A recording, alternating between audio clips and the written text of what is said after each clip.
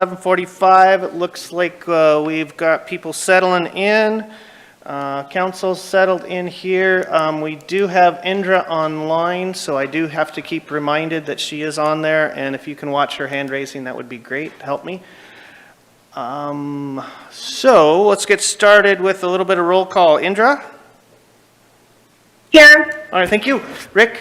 Here. Kathleen? Here. Eric? Here. Seth? Here. Rob? Here. Joel? Here. All right, and it looks like Victoria's not here just yet, so we will continue forward. 11:45, we're starting on time. And there's Victoria. Perfect. Okay, so first on the agenda today is interview with Historical Building and Sites Commission candidate. And we have in front of us today Alexis Smithy. If you want to come on up to the podium. And I will bring it back to, first and foremost, let's have you start out, give yourself a little bit of an introduction and why you want to be on the Historical Sites Committee, please. And then we'll have counselors give you a few questions if that's okay. Okay. I'm Alexis Smithy. I own Rogue Florist and Gifts, downtown Grants Pass. We've been downtown historic district. If you could, I'm just going to ask you, maybe pull the mic a little bit differently so you can, yeah. All right. I'm not sure it's on. Nope, It's on, Okay. it's on. So Alexis Smithy, owner Thank of you. Rogue Florist and Gifts in downtown Grants Pass. We moved downtown 5 years ago. We were uptown before. I also serve on the board of Three Rivers Youth Baseball and Softball. Previous 2 years, I was the president. This year, I am the treasurer. Why I want this position, I question myself too. I'm busy enough, but I feel like we need more representation from downtown businesses. I got a little bit involved when there's some sign stuff going on, and I knew there was a need. I think I would represent the needs of businesses downtown and also respect the historic district at the same time, trying to, make the two mesh together and work together better.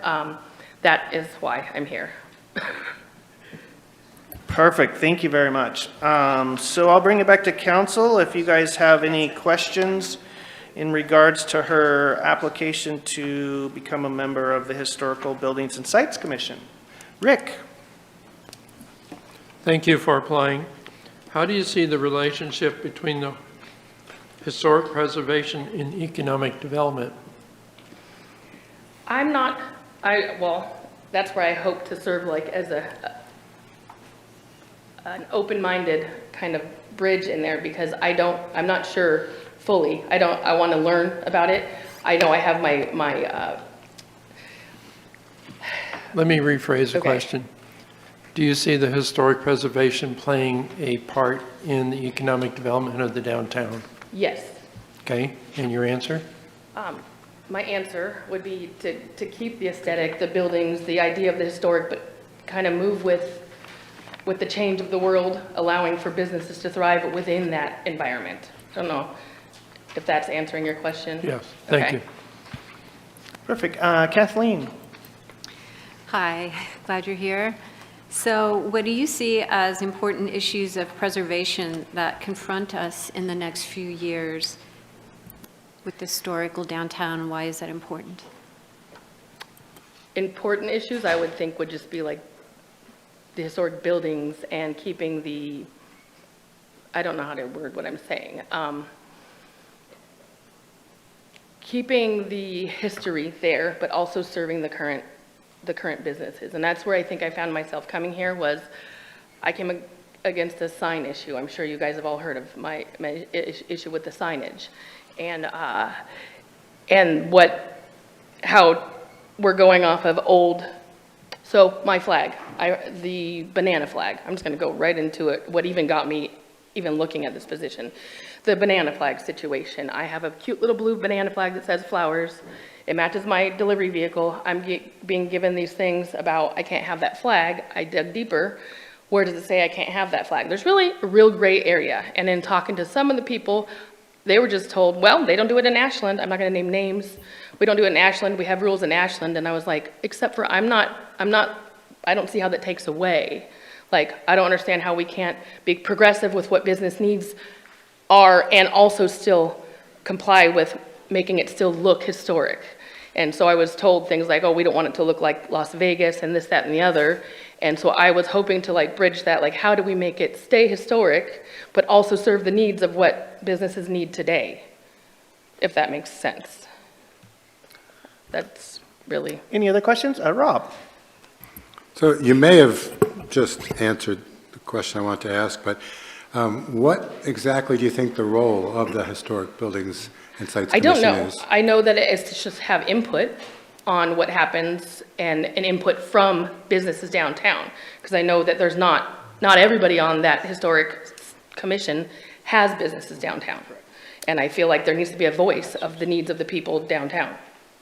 Is really where I'm with that one. So do you I guess to re-ask my question, so what do you think the role of the Historic Buildings and Sites Commission is? I understand you said what you wanted to bring to it, and I appreciate that. Okay. And then overall, the commission itself, Well, what the role is their is to role? preserve the historic sites, feel like isn't there like codes and things that are supposed to be, you know, if you're in the historic district, you can do certain things or those type, like help with those decisions or those, I don't know, I'm here to learn, but I want to be part of the conversation. Sure, thank you. Any further questions? Joel? Well, I want to thank you for applying, because it's a significant amount of time, and we all get paid a lot of money to do this. I almost didn't apply because time is something I don't have, but Yeah, at the I same time, I'm understand. passionate about this. So I appreciate your passion. In what ways do you think the commission, and imagine yourself on the commission, can contribute to the welfare of the city? I contribute by giving a perspective of a downtown business, a perspective of a community member. I mean, I honestly, going into this, I don't have an agenda. My thing is to learn and see how I can be of service to make it work the way it should or better or whatever. There's not an agenda except for me wanting to have a say in the signs.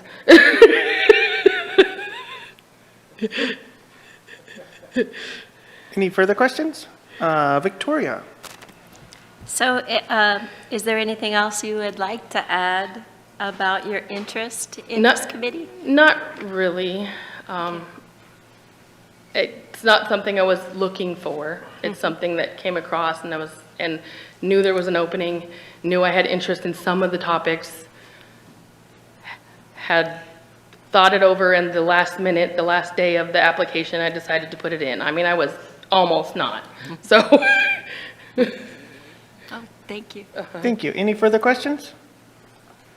Perfect. Well, thank you for your time, and we appreciate your availability to answer our questions. Okay. Thanks.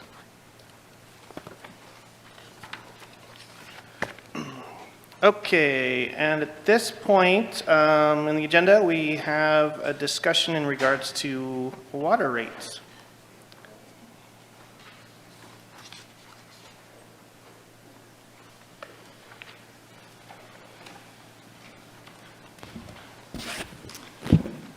Thank you, Mayor and Council. Just in case.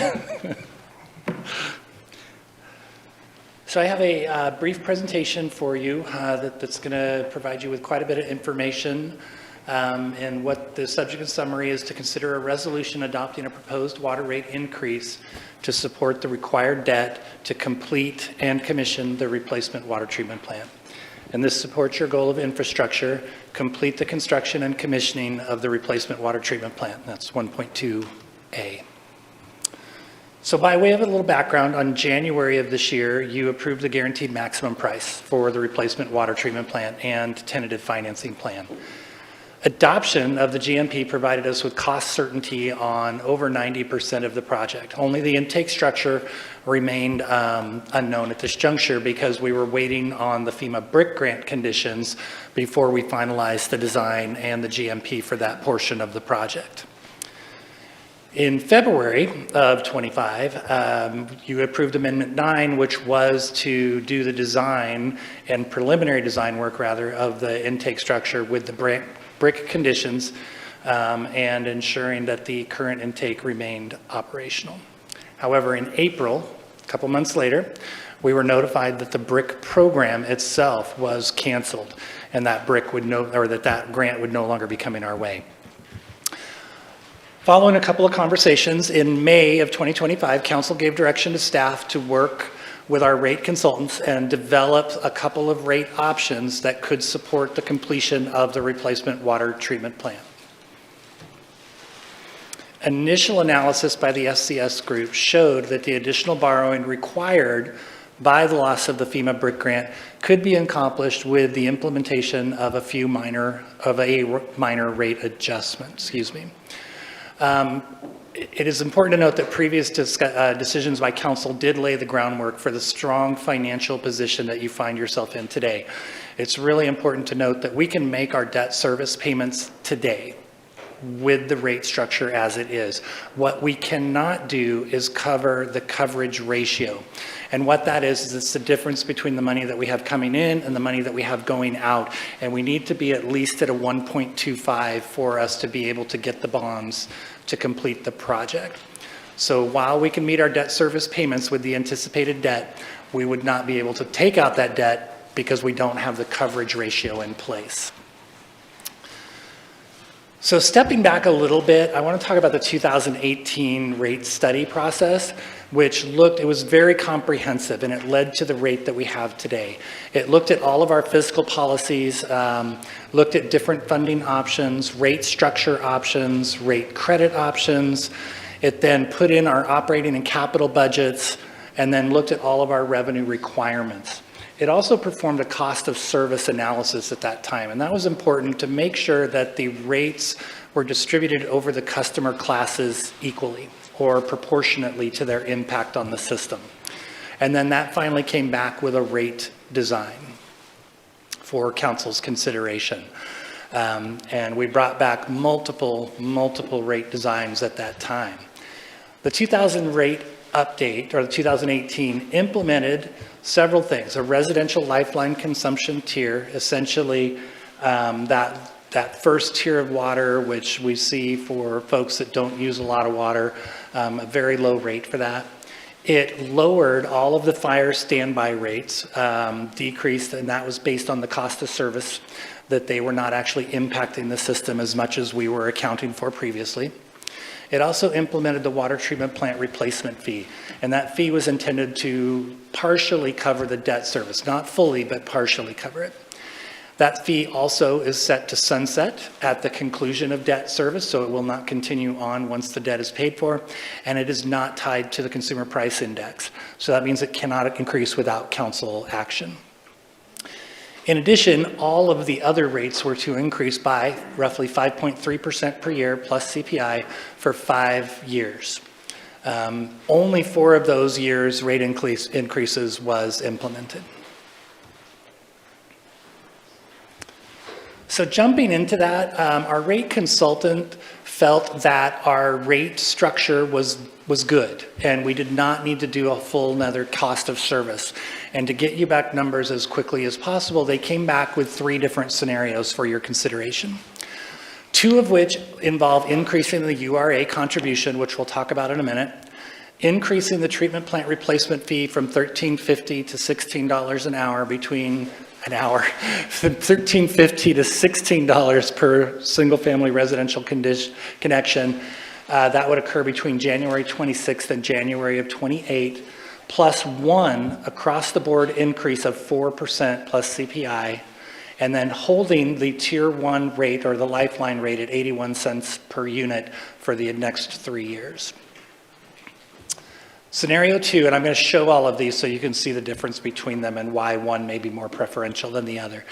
Increase the URA contribution, increase the treatment plant replacement fee from $13.50 to $16 between 2026 and 2028, plus 3 years of 1.5% plus CPI, and holding Tier 1 water or the Lifeline rate at 81 cents per unit for 3 years.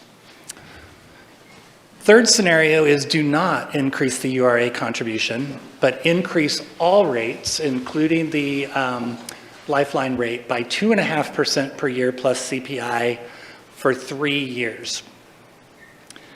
The reason that the two above looked at increasing the treatment plant replacement fee by that margin is we did feel that keeping the rate increase tied to the debt, and that is a portion of the rate that would drop off when that debt was retired, seemed like a good idea. But that's just one of the things for you to consider. So here's what scenario looks like. And again, this is increasing the treatment plant replacement fee. 4% increase in 2026, January of 26, and then leaving the lifeline rate as it was. And as you can see that by 2029, the water portion of the bill would go from $47.45 to $54.26, or an increase of $6.81 per month over the 4 years. Scenario 2, again, increase the URA, increase the treatment plant replacement fee, and then 3 increases of 1.5% plus CPI. That increase actually is $701 per month in that same time period. And then lastly is do not increase the URA contribution and just increase all of the rates by 2.5% per year plus CPI for 3 years. That increase would then equal $754 per month. And I know all these feel really, really the same at 5 years out. Where the impact really comes is at year 7, 8, 9, 10, because these initial increases of, say, 2.5 for 3 years, they multiply because of the compounding interest. And there's what all 3 look like, and that's in your packet, and that is unchanged, all 3 side by side. So the Urban Renewal Agency was adopted with the replacement water treatment plant as a key project.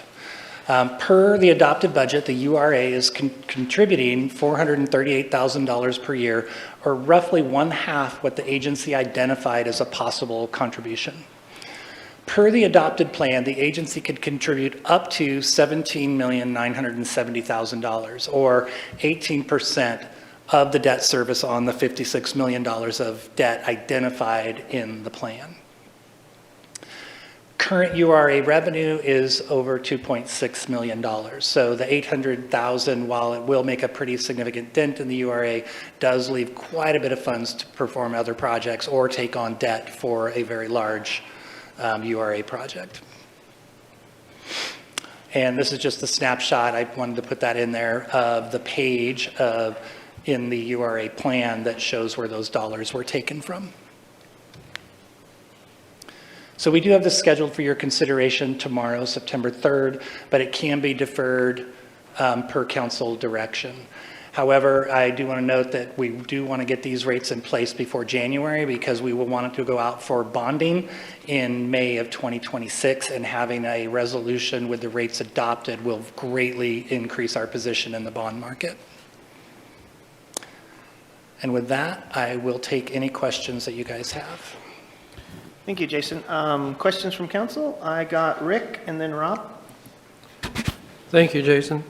So Wednesday night on page 112 in our staff report, it has 3 different scenarios. Yes. Have those been modified to this now? I think they're the same scenarios, unless I don't have the council packet in front of me, Counselor, so I Well, can't speak. basically, scenario 1 is a 4% for 1 year, 1.5% for 3 years, and 2.5% for 3 years. Those are exactly the same. What we just presented here are exactly the same. Scenarios 1, 2, and 3 are the same scenarios. Okay, thank you. Yes. Rob? So just to kind of backtrack, Yep. I don't know, a month or whatever, we talked about the guaranteed maximum price, Yep. that the contract that we entered into, and then I think at the last meeting, you brought us A change. like an $800,000 increase. Yeah. Could you go over again how those 2 things fit into the same paragraph? Yeah, they seem incongruent. However, in between adopting the GMP and actually putting the order in because we were in a holding pattern because of the brick grant. The contractor experienced 3 to 4 increases from the supplier on the electrical gear, and that amounted to that $880,000. That was out of scope. The subcontractor was not under contract yet, only the primary contractor. So when you say that, I think you said something about roughly 90% Yeah. of the prices are guaranteed. You're saying that part of it was in the 10% that it was not guaranteed, or? It was not intended to be in the 10%, but yes. The other thing is, by our contract, if tariffs do get charged on any materials that are being used on the project, that also is a direct pass-through to the city. And unfortunately, we don't have control over that. Okay, thank you. I got one other question. So on slide 7, talking about the 2018 rate update, Yep. Which sunsets at the conclusion of debt service.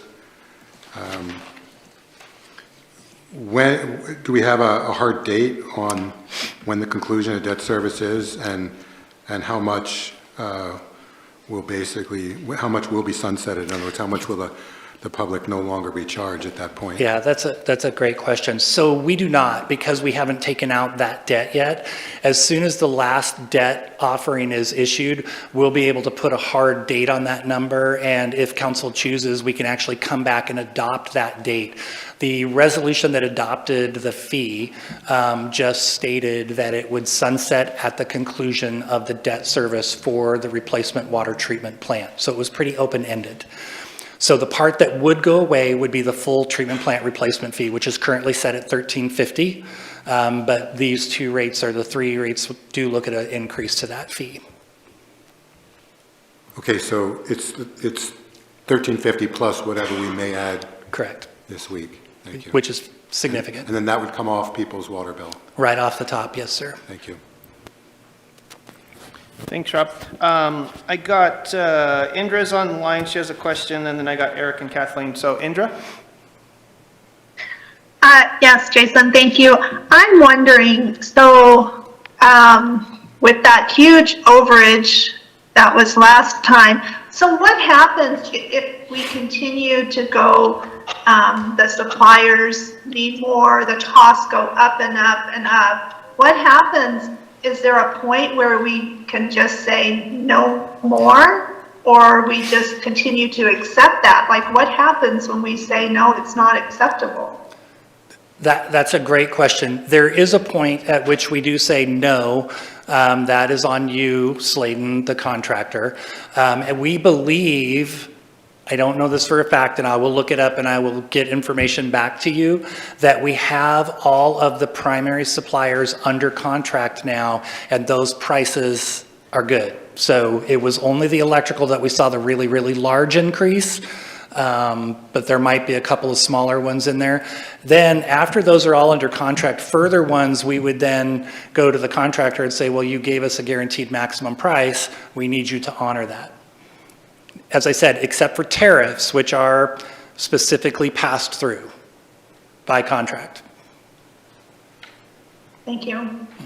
Thank you, Indra. I've got Eric and then Kathleen. Eric? Thank you for the presentation. I had a question on slide 8 with the water utility rate change.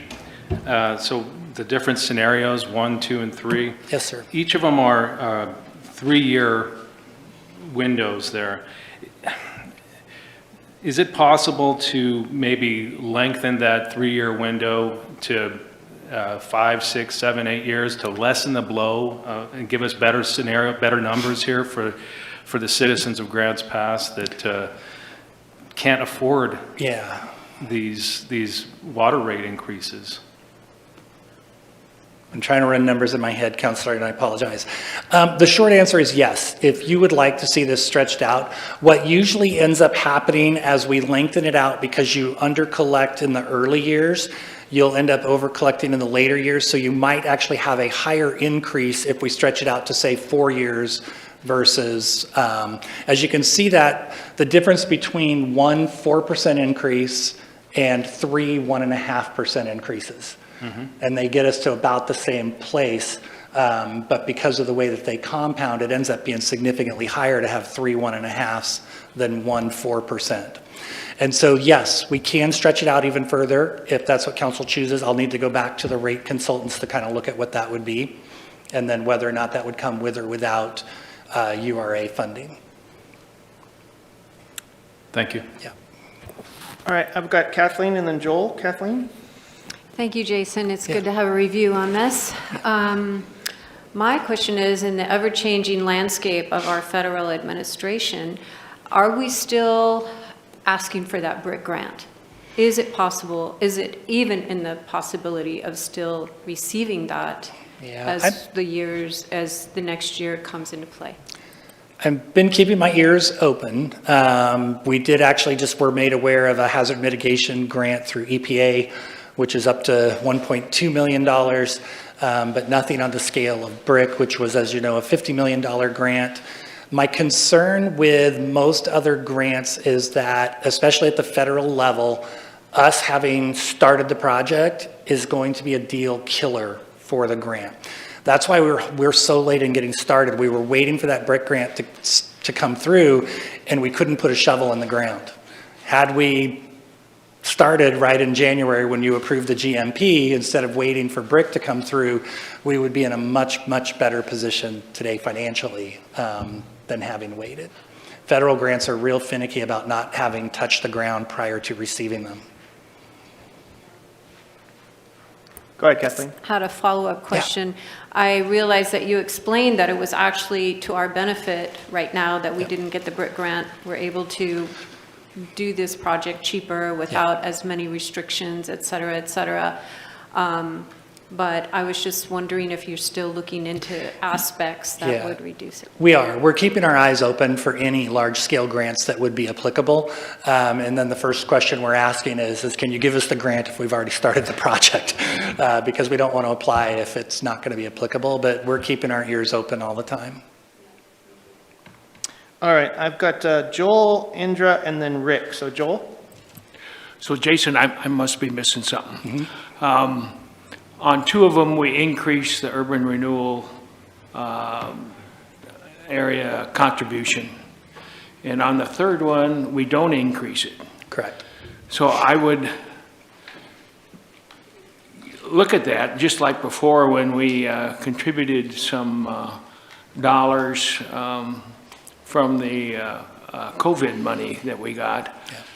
It held the rates down. Yes.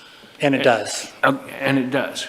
So in scenario 1 and 2, where we increase the contribution from URA, I don't see a decreased rate compared to scenario 3, and I don't know why. You do. It's 3, you got, because it's also increasing the treatment plant replacement fee, it doesn't look like that.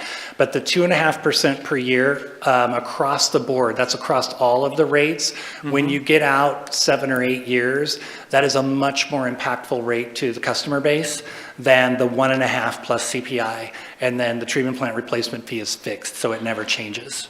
So when I look on page, if I understood your answer correctly, did I interrupt you? I didn't. No, you did not. Okay. On page 12, yeah, you got it right there. Okay. And I look at the difference between rates of the 3 different scenarios. Yes. For the first 5 years, it's actually scenario 3, if I understand that correctly. Let me see. What is this? Yeah, scenario 3 is on the bottom. On the bottom. Yep. That and that is the one that does not have the urban renewal. Correct. Correct. And I look at that, and the urban renewal dollars make a difference. So for total water charges, let's say in 2029, make a difference of 53 cents. Yeah, it doesn't appear to be that much in year 5. It's years 10, 11, 12, as you continue to compound that interest, Counselor, that those numbers, they get farther and farther apart. So by implementing either scenario 1 or 2, the end user rate for the water will stay much lower over time than it will under scenario 3. All right, that seems to be a pretty small increment of decrease or increase, depending on which one you look at, compared to what we had before with the COVID dollars. Yeah.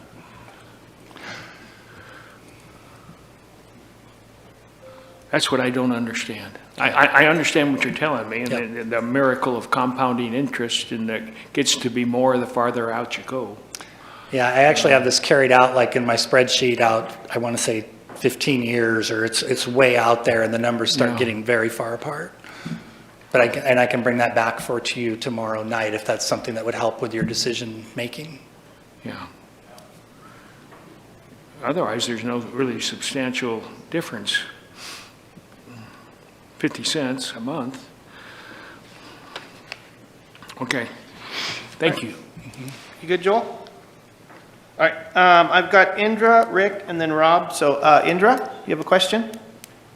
Yes, Jason, we talked about this a little bit with the first presentation, that you're showing residential only, but this will affect businesses. Is that right?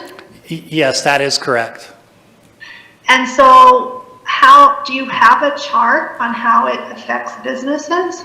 I didn't in today's presentation, but it is, I believe, the full rate is in the council packet. And I can have that, I can just bring those right into this presentation for tomorrow night's presentation if you choose to move forward. Yes, I would like that in the presentation moving forward. Thank you. Thank you. So I have Rick and then Rob. Rick? I have a continuation of what Joel and Indra's been asking.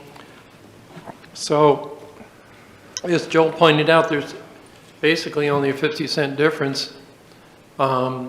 So when we look at these three rates, it looks like the single-family residential customer is really not significantly impacted. Just offhand, is the commercial customer impacted more the same, or? Well, and as you can imagine, it's very different from commercial business to commercial business, but they're seeing similar, say, increases to their treatment plant replacement fee as well as to their meter fees and their consumption charges. So what we'll do is we'll run similar numbers that we did for the commercial accounts that we brought to you when we adopted the rate the first time. I'll just refresh those sheets and bring them forward. And you've indicated the long range, the increase becomes more obvious. It does, yeah. So on the long range, if the increase is more obvious, which of these choices presents less impact? So scenario 1 has the least impact long-term for the majority of our residential customers. And probably commercial customers as well? Depending on their water usage, but I would assume so, yes. Okay. Because of that larger increase in year 1 and then just CPI from there on out, it will keep those overall charges lower longer. Okay, thank you. Thank you. Rob? Yeah, I'll just wait till tomorrow night to Okay. see. With the same information? Is there, okay. Any further questions? All right. Seeing none, thank you, Jason. Yes, yes, Wait, Do you have a question, Indra? I do, sorry. No I worries. just want to clarify, so Jason, tomorrow night, you're gonna have the chart for this residential and businesses and going all the way out more years, correct? correct, all of those I have in my notes. Okay, thank you. You're most welcome. Thank you, guys. Thank you, Jason. All right, next on the agenda, we have Dimmick Railroad Crossing.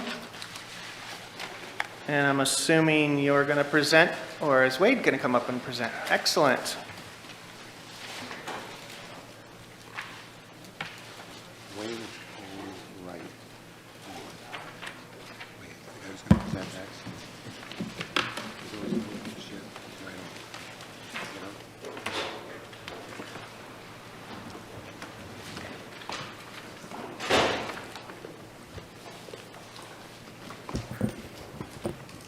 All right, good afternoon, Mayor and Council. My name is Wade Elliott. I'm the Assistant Public Works Director, local street network nerd. So I hope you have some questions.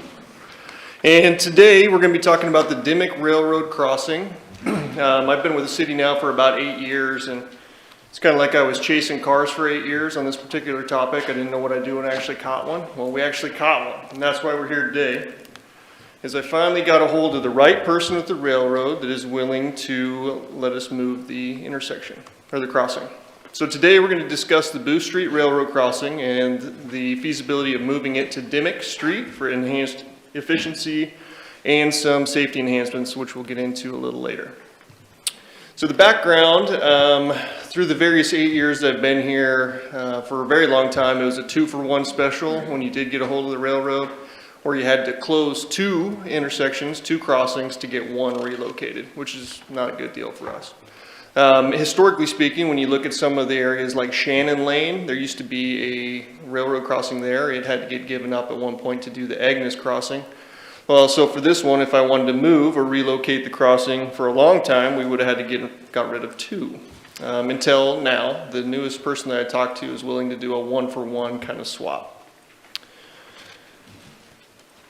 So kind of an overview so we all know where we're talking about right now. This is directly out of our transportation system plan, and the existing crossing at Booth is right here. And then as we look at this highlighted section in our transportation system plan, this would be the new extension of Dimmick Street, which is part of Highland. They just changed names at A Street. And then a new crossing right there that would tie into Oak Street.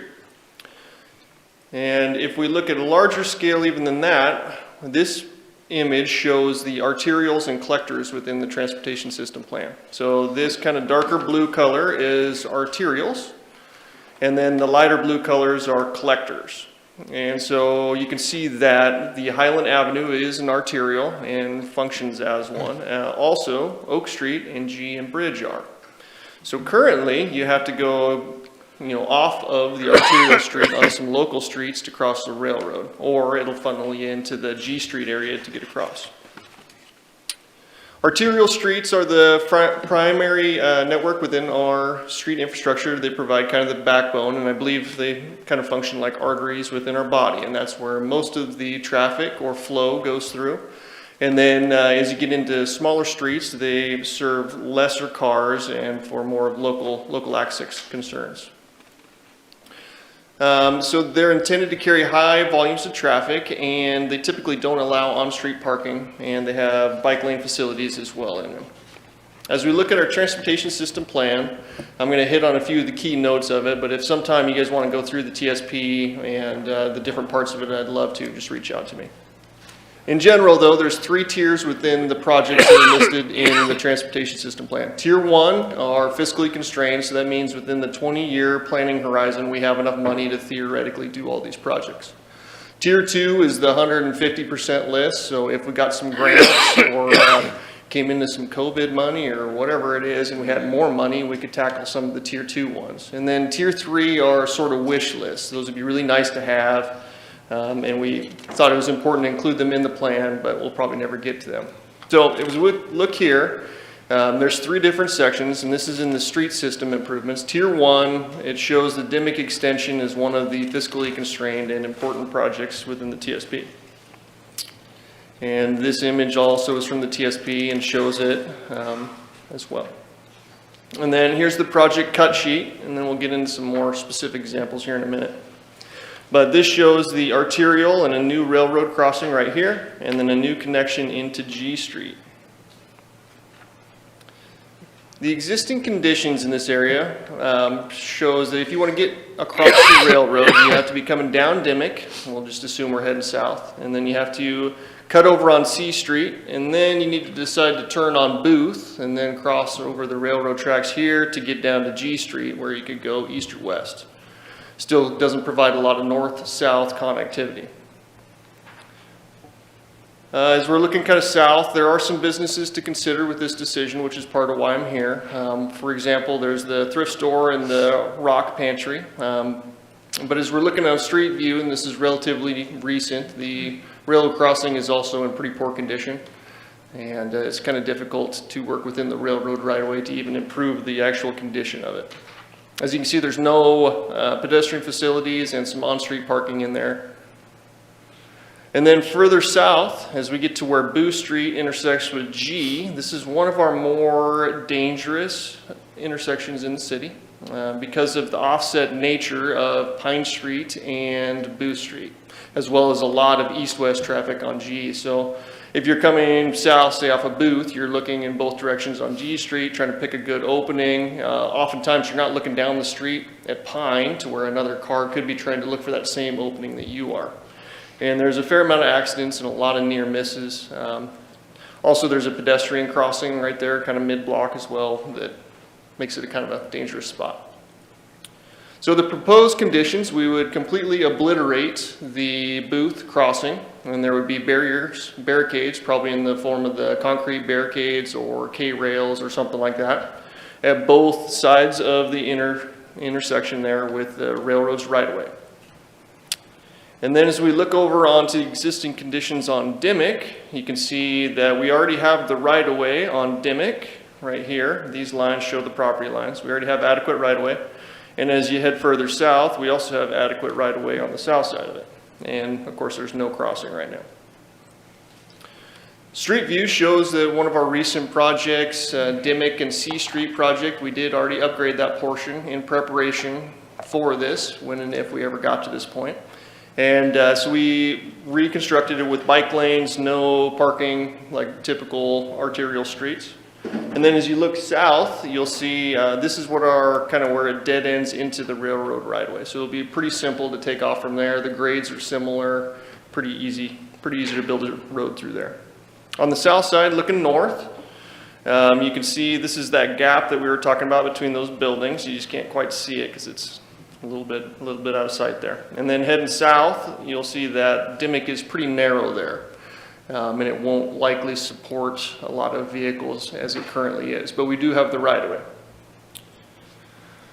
And then the intersection at Dimmick and Oak is still a little bit offset, so there's still some of the same issues that we had at Booth, although it is less offset, and so it'd be a little bit safer. There's also a little bit of extra right-of-way in here that I believe that we could look at maybe acquiring some property that is vacant on either side here to make it a lot better and safer of an intersection. Because we're assuming that being an arterial, it's going to carry a fair amount of traffic. So proposed conditions with this project would be that we're going to construct a new railroad crossing right here. And that would be done in conjunction with the railroad, using the railroad's designers, railroads, contractors, all of those things. And then on either side of it, we would have a city project that would reconstruct Dimmick on the north side and reconstruct Dimmick on the south side, all the way up to and including the intersection with G Street. So the next steps, I'm here today just to make sure that you're all on board with this. It is in the TSP, which was adopted by council, but that was years ago. So I want to make sure that you guys are on board with this. And then if you are, then I'll work on getting a design contract executed with the railroad's design engineer company. And then concurrently, we're going to start doing the design work with our in-house engineer, Thornton Engineering, on the sections outside the railroad right-of-way. And then after that, once they're both designed, we would get a contractor on board through the railroad, and concurrently, or maybe we'll be a little bit ahead of them, we'll do our own request for proposals or a bid to reconstruct Dimmick on either side. So if everything works out really well, we'll get finished up, the railroad will get finished up, and then we can open everything up and it'll all come together seamlessly. That's the plan. Financial considerations. Right now, the estimate I got from the railroad's design engineering company was around $85,000. TR, we have a capital project for this, TR 6247, it's in your capital book. And it has approximately $300,000 in it, which would cover the railroad's design company, as well as Thornton Engineering and some of the survey and other associated things. And we think that the project's going to be about $1 million, give or take. We'll get a better idea as we refine the scope, which could be allocated in future years to get the actual construction done. This project is funded using our allocation of gas tax and transportation system development charges. Okay, so with that, it's at your direction. I'm hoping today that you guys will give me the green light and I'll go make it happen. If not, we can look at this. There's going to be a good opportunity if we decide not to.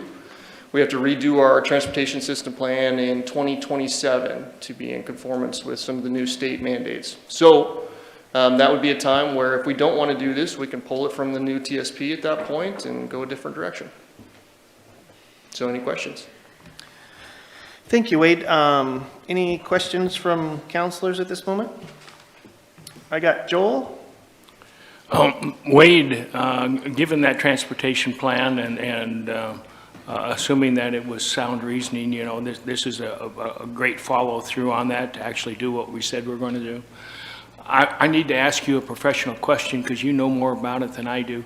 Is this the top priority in that transportation plan that we need to address, or are there some new ones that popped up that wasn't covered by that would be better suited? Well, I think that there are some more important projects to tackle today, but also I think there's a significant opportunity cost that we may lose if we don't kind of jump right now with the railroad. I've been working on this one for 8 years. And either I can't get a hold of the railroad or they want a 2-for-1 or just outright said no. So I think it's a really good opportunity to move forward with it today. So if I understood your answer correctly, yes, there are some areas that might be higher priority, but the opportunity costs and working with the railroad that this has come together in a way that we need to take advantage of it. Yeah. Did I understand your answer? Mm-hmm. Okay. Thanks, Joel. Thank you. Further questions? Victoria. Hi, on page 20, the last bullet point, is this new information with the special session, or is this just continuing income that we have had, and how are we going to be impacted at all by yesterday? Well, we'll see what happens, I guess, when that one moves forward to the Senate on that one. But what's shown there in that last bullet point is what you'll see when you look in our transportation capital or our capital book. It already had gas tax, which is a major source of funding for our transportation system. And then transportation SDCs can only be used for capacity enhancing projects that are identified within the TSP. And so this checks both those boxes. So we stash SDCs in there too. Thank you. Any further questions? I got Kathleen. And then I got Indra online. Go ahead, Kathleen. Thank you, Wade. Just to follow up on Joel's question, can you name some of those higher priorities? Well, yeah, I mean, we're doing a project right now with ODOT to re-look at how Redwood Avenue and Redwood Highway come together and how those can be more efficiently completed. This will be the first time that we're looking at how the fourth bridge and actually modeling how the fourth bridge impacts the Redwood Highway, Redwood Avenue, and ultimately the South Y. And so, I mean, if we really wanted to, I mean, that would affect more people, but we're a long ways out from being able to do it. And it would be probably a bottomless bucket to throw money into at this point. So that would be more important. I think it would affect more users, but this is also would be a really important connection for the folks living in the Northwest and kind of the western part of the city north of the river. Yeah, there's always bigger projects, but transportation projects take a really long time. We're probably 20 years out from building the fourth bridge or even getting serious about it, just based on how that works. Allen Creek Road, we're on in year 13 of that one. So larger scale projects take a while. All right, I've got Indra and then Eric. So Indra? Yes, Wade, so that a lot of the money's coming from the state and some from the city. Can you clarify how much it would be coming from the city versus the state? Sure. In general, the Transportation System Fund has two main funding sources. One is the local street utility fee, which you see on your utility bill. And it's a little bit more stringent on the ways that we can spend that money. And so we typically use that first to pay for our operations and maintenance within the streets and to some extent the drainage facility or the drainage utility as well. And so we try to use those dollars up first, and then after that, we get about $3 million in gas tax from the state, which is our 50-30-20 split of the gas tax revenues. And that finishes out any operations and maintenance costs that we have within the streets department. And then also that rolls over and pretty much funds our capital projects within the TR fund, transportation. The transportation SDCs are fees that come out of typically development, so like an In-N-Out burger, let's say, because I don't know why, I think about all the cars going in and out of there. So you pay a transportation SDC based on how many trips are generated if you're over a certain threshold. And those are very restricted to, like I said earlier, projects in the TSP that are identified and increased capacity. So those are a little bit more difficult to use. Did that answer your question, Counselor? Yes, thank you. You're welcome. Thank you. I got Eric and then Kathleen. Eric? Thank you, Wade, for the presentation. It's good stuff. I had a question as far as on page 12, or slide 12. You had mentioned that it's a high accident rate intersection. Just so the public understands what this is, do we happen to have any stats in comparison to other intersections, just so we can make a more educated decision here on basically if it warrants this whole project? I think that would do good in getting the stats in terms of other comparable intersections. Gotcha. I'll have to dig those up. I don't have those with me today. Okay, thank you. I guess anecdotally, I've had a lot of near misses there. Okay, thanks. Maybe that's my driving style. Thank you. Kathleen? So it just occurred to me that the TR 6247 would cover 300,000. Would the gas tax and SDCs cover the rest of the 700,000? Yeah, that'll probably be part of the funding package that we put together to fund it in the future, which is how we fund most of our TR projects. So the next budget cycle, I'll look at how many capital dollars we have and what kind they are, and then where we can allocate those funds to. So if we need to move quickly, for example, we're getting an extra about $600,000 from the Middle Road Metropolitan Planning Organization. That might be a really good place to put that $600,000. That's kind of going to be unallocated. And so at that point, we'd be pretty close to funded. But we're a couple years out, probably from getting design and some right-of-way acquisitions and things like that before we actually build it. But yes, the components for funding will be gas tax and transportation SDCs in the future. Along with the TR 2647. Well, yeah, so that's like 6247. that's the project name and the bucket that we put the money into, but it's already got transportation SDCs and gas tax in it. We'll just have to add more. Thank you. Any further questions? Rick? So Wade, when you refer to high accident rate on Booth, I realize you don't have the actual figures, but is a high accident rate once a month or once a week or once a day, or what is a typical? Oh, I'd say you're once every couple months there, but I can pull that data and we can send out a council memo if you'd like. Okay, so it'd be like once every couple months. Yeah. Okay, thank you. Any further questions? All right, thank you for your time, and I think Wade is going to be asking, or has asked for some direction in regards to this, so I'll bring it back to council for any further discussion. Rob? Well, I know that Public Works has been looking at this for a number of years, and the answer had always been basically a non-starter. You know, you have to close 2 railroad crossings to get a modification on one, and no one wanted to do that. So this is kind of a breakthrough that we even have this option available to us. What I'd like to add to that is I can tell you from my anecdotal experience where during the day, we'll say, on a nice bright sunny day, I don't necessarily think that those intersections are horrible. They're not good. I would say that at night in the rain, I think that those intersections are really, really problematic. And it doesn't matter whether I'm in my car or on my bike. You know, there was a a fatal accident in that area several years ago before we put in the high-power crosswalk flashing light near the Gospel Mission. But it's there's a lot of pedestrians crossing in that area, and again, driving at night in the rain in that with that offset to cross G Street, it's a bad situation. It's something that we wouldn't really want to move forward for the next 10 or 20 years with it in that way. So I'm really in favor of doing this, especially since we've been it's been on the back burner for, Wayne says 8 years, and now we have an opportunity because the railroad's willing to actually work with us, which is a pretty rare occurrence.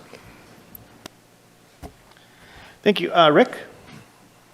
I agree with Rob's comments, especially knowing that it's very difficult to work with the railroad. So I'd be in favor of this moving forward. Thank you. Any further discussion?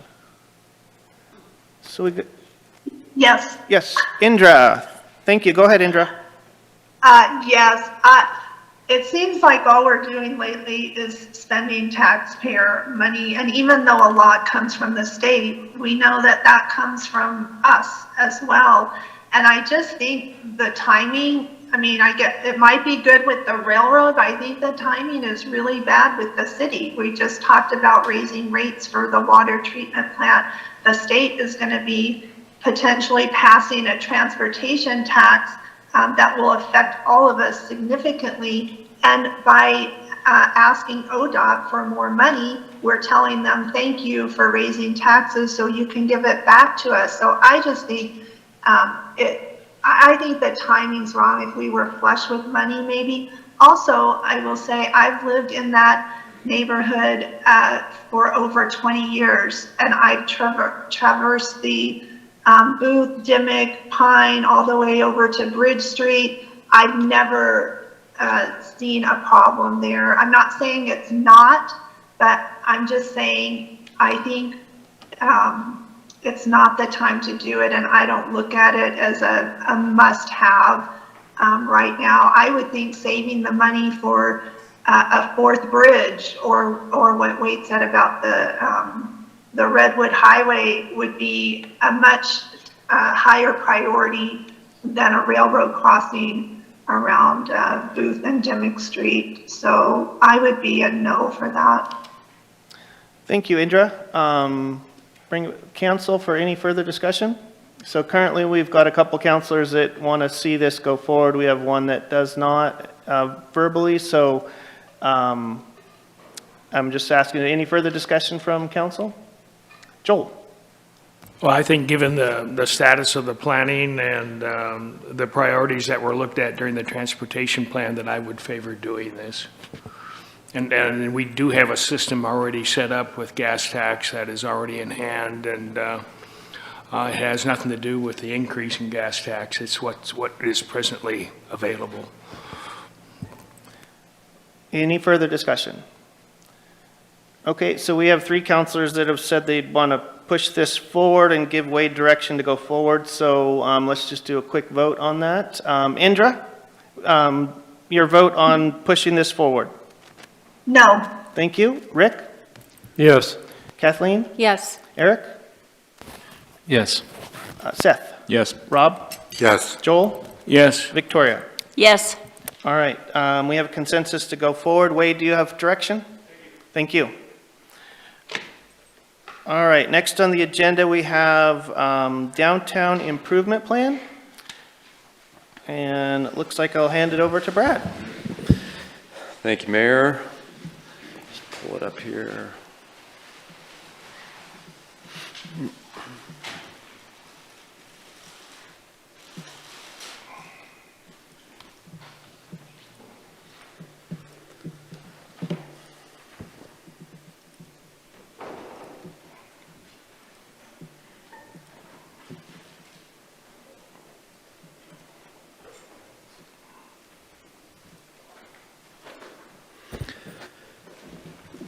Good morning. So today we are here to talk about an item that's in your strategic plan. Downtown improvement plan is one of the items that in April, when you held your workshop to develop your strategic plan, you identified this as one of the goals So it had got kind of put onto the workshop. I will say right from the outset that while I do have several slides here, I think at the end of the day, I would anticipate a second workshop. I mean, this is just me, because I think we are today really seeking some guidance at a more high level of how the council wants to define an improvement plan.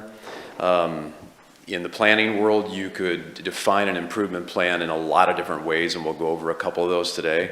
But right now, the wording in the strategic plan, is broad. You just didn't have the opportunity to kind of dive down into what exactly was intended. So I was just going to kind of hit some of what we understand as staff, maybe is going on, a little bit of history. And then with the goal today being to have some high-level direction, then we can kind of come back to the council with some more specifics.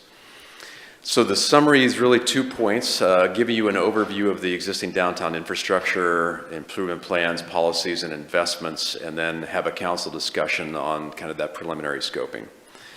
As I mentioned, there is a relationship to your council goal, very specifically in the strategic plans, number 2.2C, and it says develop a downtown community improvement plan.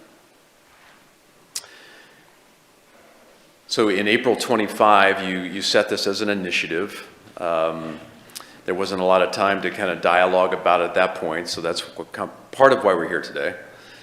So we're requesting clarification on kind of these 3 big things. Obviously, we can take it whatever direction you want to, but the boundaries that we're talking about, the specific activities that you'd like to see, and then some guidance on timeline and priorities.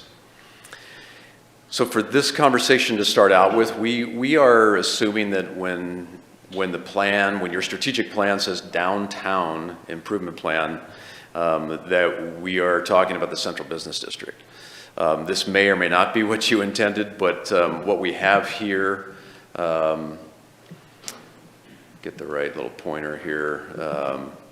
This pink area is the central business district today. And then you see this other kind of tannish color that's outlined in the middle of that. That's the historic district.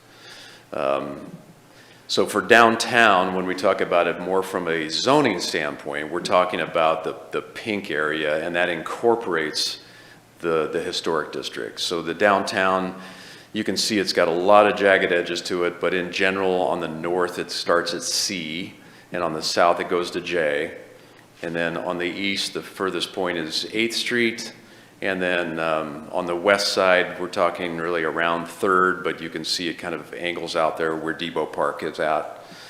So that's today what is the boundaries of the Central Business District. It's about 79 acres. And there are other ways to talk about downtown. Some other plans that the city have kind of gone to the river. Some have gone a little bit wider. Some have gone a little smaller. But this is what we have today. This is our assumption moving ahead. So again, this is one of the topics we wanted to cover today. And is that your understanding?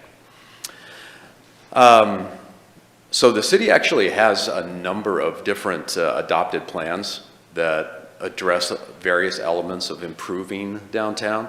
A couple of them are here on the screen. We have our comprehensive plan that has an actual subchapter called Downtown Plan. There's a transportation system plan that incorporates elements of improvements to downtown. Wade talked about that TSP, and if you look at the TSP, there's a lot in there. One of the things related to that is the 6th and 7th Street corridor study that is currently underway. We also, of course, have master utility plans. We have our urban renewal agency plan, and then the Parks and Rec master plan talks a little bit about it as well. I wanted to take a next couple slides to talk about the Central Business District Vitalization Task Force. So this is a group, for those of you that are new to the council that you may not be aware of. It was formed in 21. They started meeting in 22. They held 8 meetings between April and August of 2022. And then in October, there was a report presented to the council. And here are kind of the highlights from what that task force recommended. They recommended implementing the terrain architecture downtown plan, which had just been completed maybe, I don't know, 6 to 7 months prior to this task force meeting. That was an initiative that was done focused on downtown improvements.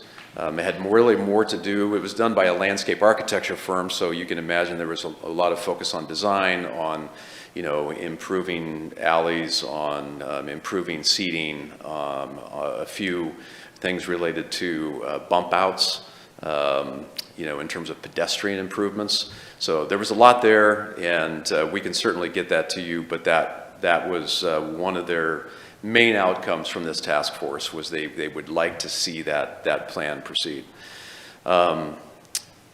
They also recommended abandoning the concept of making G Street one-way, talked about parklets being available, which, as you know, was done after that, and then implementing the Thornton engineering recommendations related to lighting and alleyways.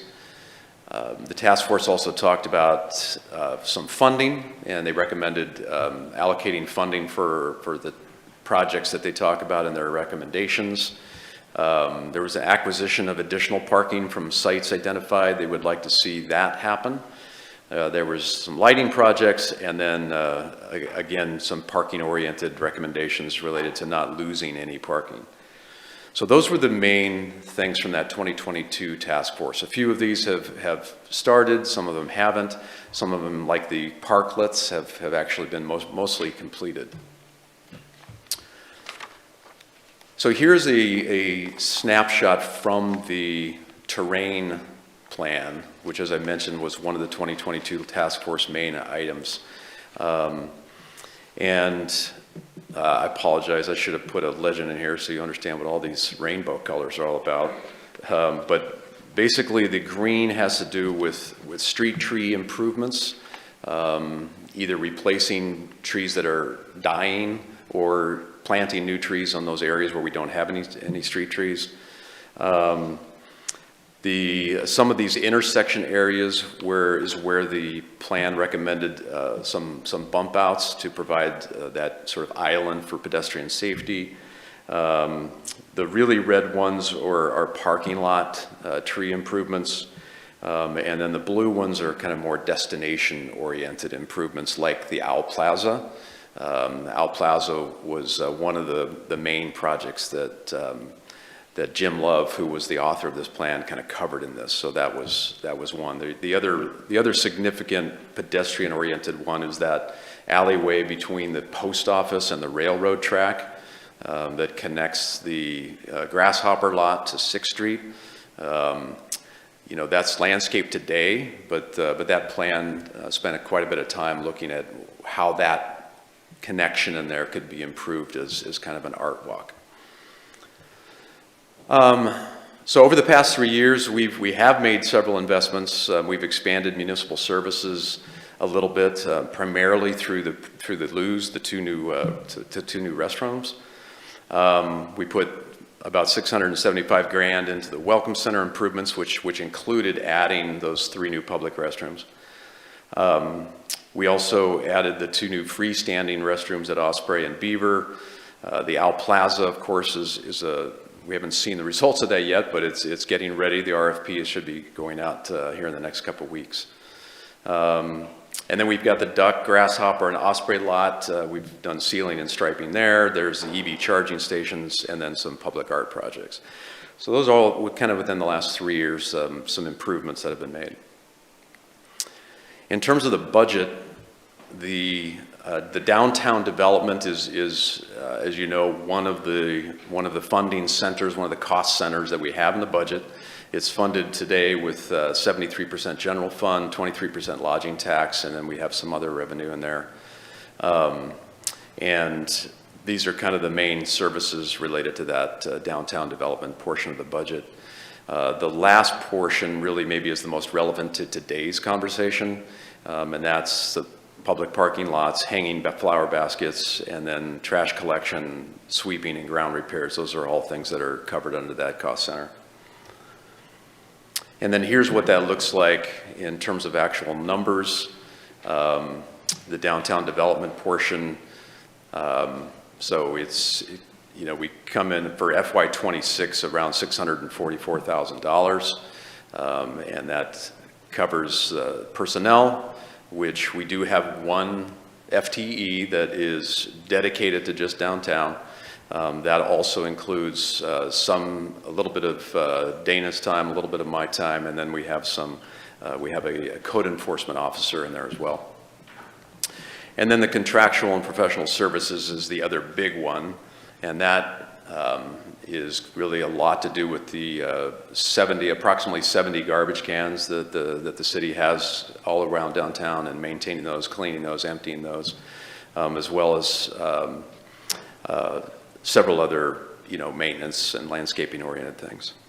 So that's today what we have in the budget. So getting to your strategic plan and kind of why we're here today. Again, these are pretty high level, so this is one that maybe you didn't anticipate being improved, but we threw it in there, and it says increase residential occupancy and livability in the city. This is kind of falls under the downtown section though. So, you know, this would be really an improvement to like the upper story residential downtown. So I guess, so that's one question, you know, is this, do you consider this in downtown improvement plan to be also sort of inclusive of the private buildings, those second stories, and improving residential occupancy downtown? Or is that a completely separate subject for you? Then you have in outcome number 2 of your plan, it's got several things related to downtown and improvements, increase and diversified economic activity, increase residential occupancy and livability, increase in commercial occupancy, more activities, events and recreational activities, and then increased safety in the downtown area. So those are kind of the main things that have maybe some nexus, some link to downtown improvement plan. And I just wanted to throw this on there for the council as well, maybe just another way of thinking about how to break this out.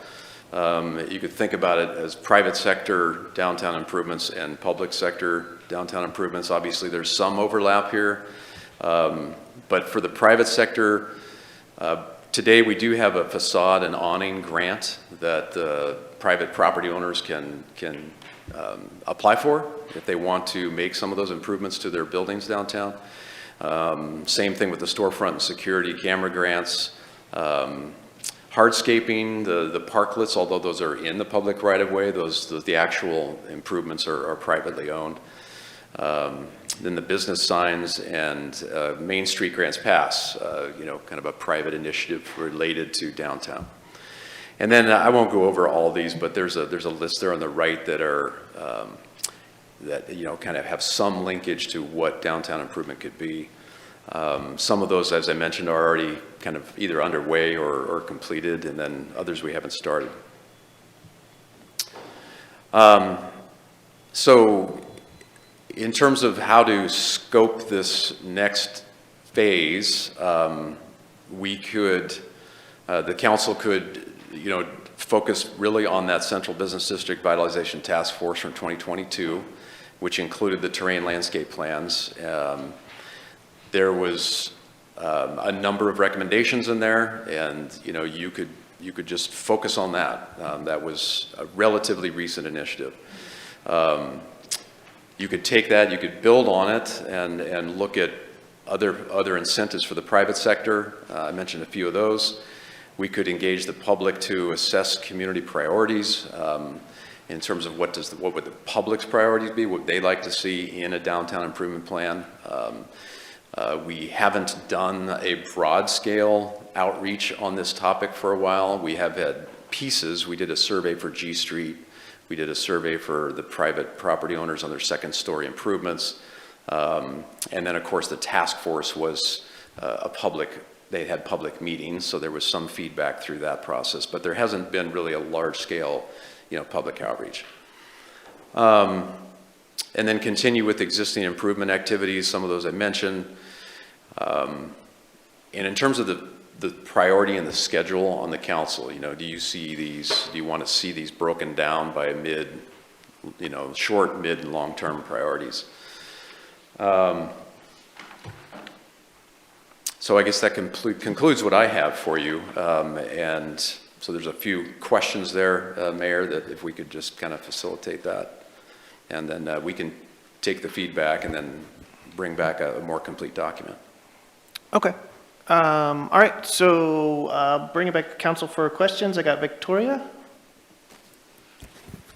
So on the CBD revitalization task force, it appears to me, but I just want to be sure, on slides 3 and 4, they came up with eight. Was this just 8 different Recommendations. recommendations? And was this the total, or was there more to that? And does it include the last slide, slide 8? Or was slide 8 just taking all of the 8 recommendations and this is the map plotting them? Yeah, no, that's a good question. So these 8 bullets on these 2 slides, 4 on this slide, 4 on this slide, are all of their recommendations in terms of that. But of course, within those, they had some more detail. Right. This slide was attached as part of the task force's recommendation to the council, because this is taken from the terrain architecture plan.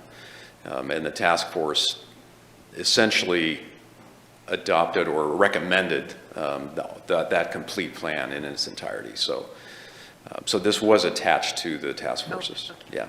Thank you. Any further questions? Seth? I have a couple quick ones. Let's see. Well, the first one is the Owl Plaza. Is there any updated timeline on that project? Yeah, so the engineering is 100% done.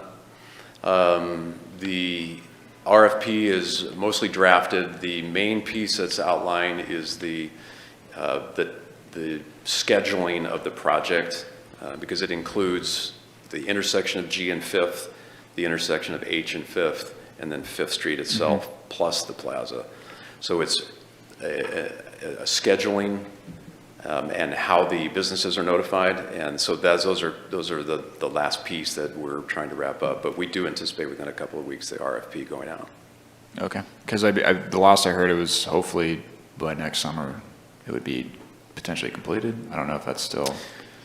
Yeah. Under the current schedule, things would start off in January. Okay.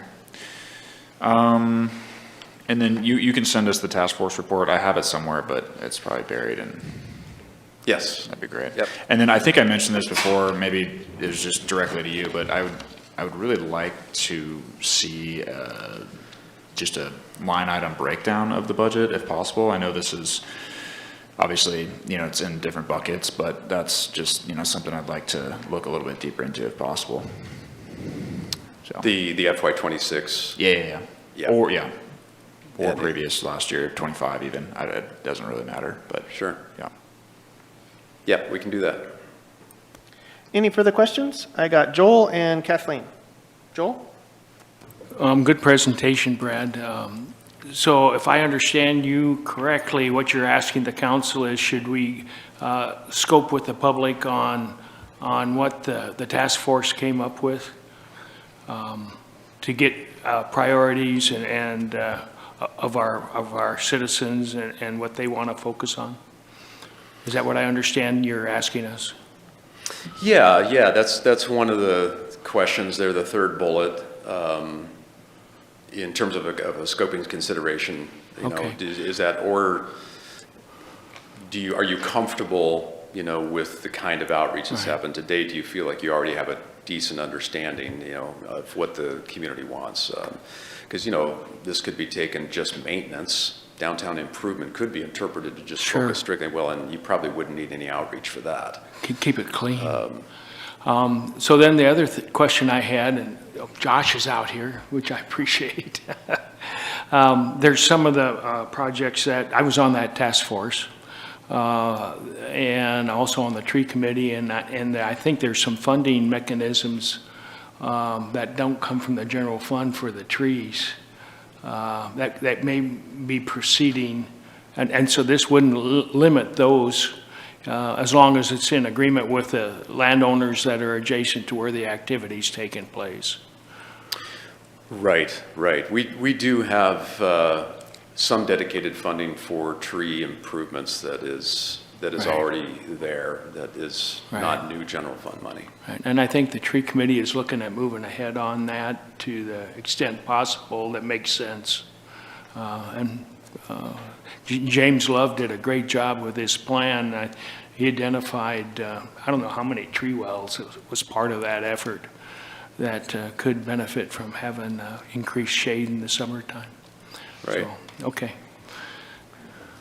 Further questions, Kathleen and then Rob? Kathleen? Yeah, Brad, so I just wanted to follow up with the Owl Plaza.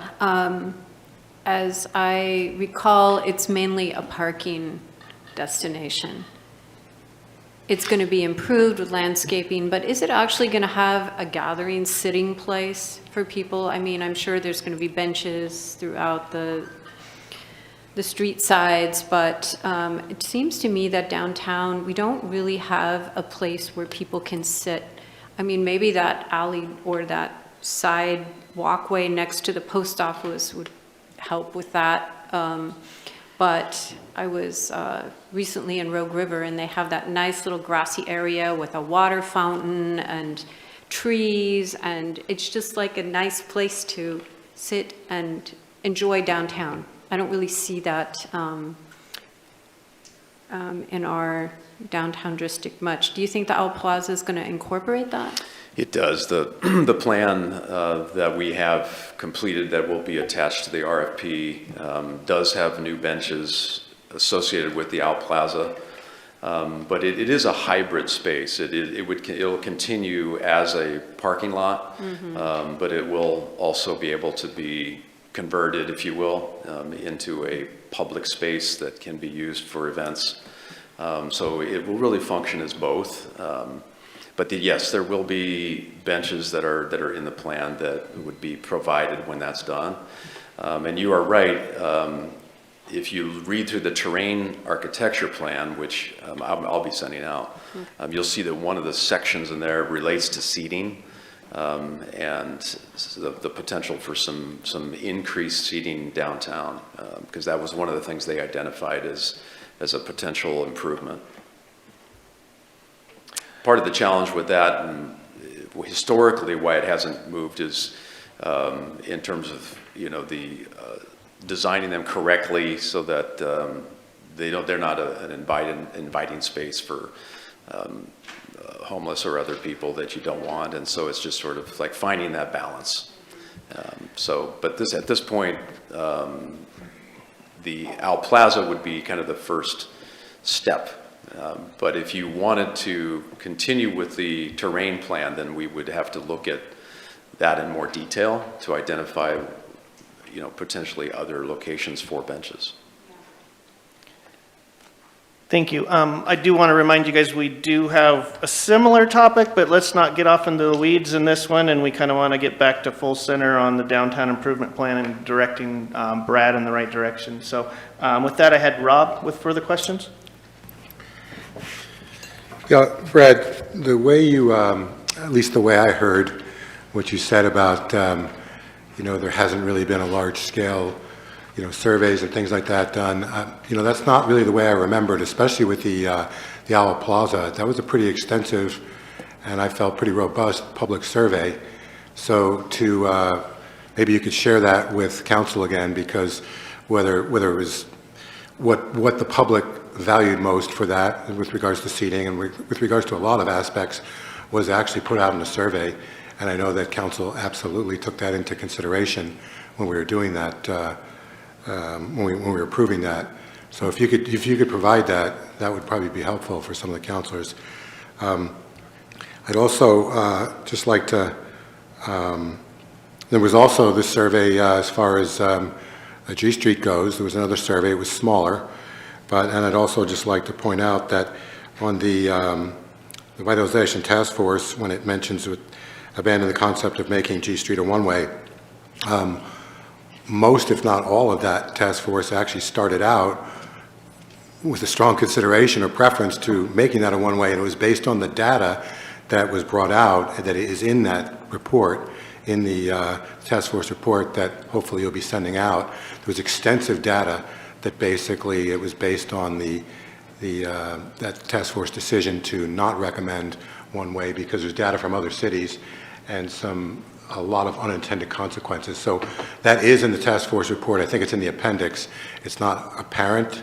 It's not on a quick view, but it is all in there if council wants to see how that conclusion was come to. But if you could send out the surveys that have been done, I think they were more robust than you kind of played them up to be. Sure, yeah. No, thank you for the clarification, Counselor. My point was more focused on like moving ahead in terms of what your community improvement plan now that you want to do as related to your 2025 strategic plan. If you were looking for more, input on that, but you're right. There was the Owl Plaza there was Porch Fest, booth, growers market booth. There was surveys, so that had a lot. Further questions? I got Victoria and then Eric. At the beginning, you said this might be something that would need another workshop, and I'm probably more in favor of that with a lot of the things that have been said, just with the information, providing the information that Rob was just talking about, and more line by line a rundown. And it just, in some of the details that you were talking about, it seemed like maybe, and correct me if I'm wrong, that some of the things that were going to be done here are now being done elsewhere and in different ways. So it would be good to know what those things are and where they're being worked on elsewhere. So that would be something that I would like to see. So maybe expanding it to another workshop. Okay. We got further questions, Eric and then Joel.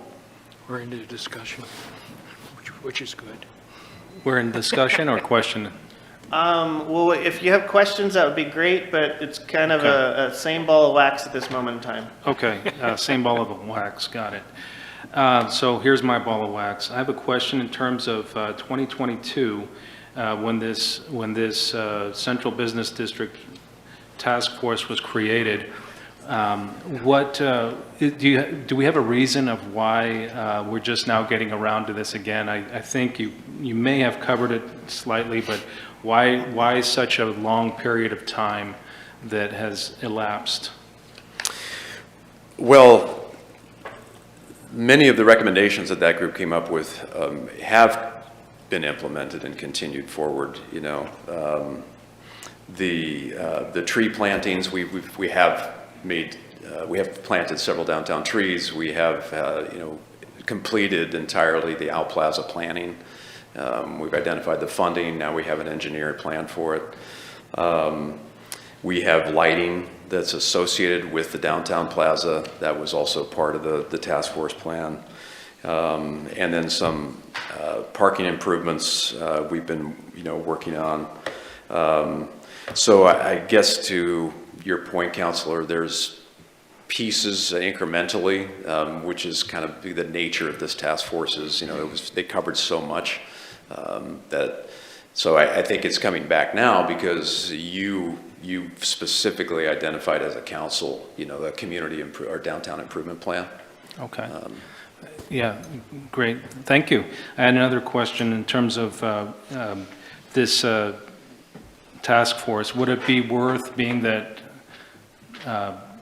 the amount of time that has transpired, would it be worth getting another task force together, or would that be a lot more work? Are there many expenses? What does that look like in terms of creating another task force if we go down this road? Well, next week, we start a new task force called the Development Code Task Force. So we'll be putting a lot of energy towards that. I guess this kind of, we take direction from you, but I mean, from my perspective, we probably don't need it because there's probably enough material that we have here today, much of which I presented today, that it's maybe just more a issue of prioritizing what's already there. But if as a result of your deliberation, you think that, yeah, there is a lot more direction that's needed from the community, that is an advantage of a task force, is that you're getting that very focused community feedback on one topic. So that's where I'm at. I don't know if Aaron or anybody else has any thoughts on that. Is there cost involved with that? Not typically. I mean, the task force expenses are typically all absorbed within our current staffing. We don't, we use, in the past, we've just used existing staff to organize the agendas and, get those together. So most of the research, unless there's a new study that kind of comes out of a task force, that's usually the biggest financial impact. Thank you. And my only addition to that is we now have a downtown Main Street program, which we didn't have back in 2022, and trying to synergize with them ultimately once they have some goals and ideas, and seeing how we may look at our current plan and how that may be, something that we could support the Main Street on different projects might be a good thing. Further questions? I got Joel. I'm headed into discussion. Well, let's do it. Go for it. Okay. So right now, on that task force, you need to read the plan of the task force before you want to get a new one, because they did a pretty good job. They had a pretty broad representation across the city. And then James Love did a great job as an architect with a plan that he presented to several committees at that time, and the committees really liked what they saw. But what I see here is, so we've completed some of these things. We have the visitor center. We're working on the beaver lot. We have some private incentives on parklets. We got murals that are being done. But there's not the holistic scoping with the public on what remains to be done that would tie everything together, that I think would be rather easy to do, though it takes energy on the part of staff. And then that would help us to prioritize what's remaining. I know a lot of what I know personally of that answer. There's a lot of concern about the cleanliness of downtown, given what they've been through, what we've all been through for the last 5 years. So like the waste baskets and things like that probably are a no-brainer. I'm not sure we need to wait for the scoping to say we need waste baskets. but so there'll be some small things like that. But I think it's a no-brainer to go ahead and scope with the public on what they want. And downtown is a good organization, but there's also a lot of businesses right now that aren't members of that. And we need to be inclusive in that scoping. And then bring that back, and that'll be a tool for us as well as Downtown Grants Pass on what they can do with getting grants and that kind of thing. So I see it as a no-brainer, and it's just the next step. This is what the task force said. Well, we need to read it and not just redo what we've already done. And if there's something else that needs to be done, that's great. Second is what have we already accomplished? What remains to be done? And then to scope with the public, this is what we've done, this is what remains to be done according to what the task force came up with. Do you want to, what's your priorities, and are there additional items? Are there things you want dropped off the list? Seems pretty straightforward to me, but I'm a planner, but that was a long time ago. So anyway, that seems like that's what we need to do. Thanks, Joel. Indra, you're still online, and I understand you have a question or comment? I do, yes. I agree with Joel. I think we should put it out to the people of what they want, see what they want to do, but also, like Joel mentioned, if there's stuff they want dropped off the list, basically what the priorities are, because Brad, if I'm correct, I don't have papers in front of me, I apologize, but 73%, I believe it said, of the monies come out of the general fund. I think that's correct. Correct me if I'm wrong. So, which is already, I mean, we just voted to reduce our reserves in the general fund. We're going to be spending a lot of money here from the general fund. So I just want to be fiscally responsible with the money. I'd love to see our downtown improved in any way, but I would really like to get an idea of what the public wants.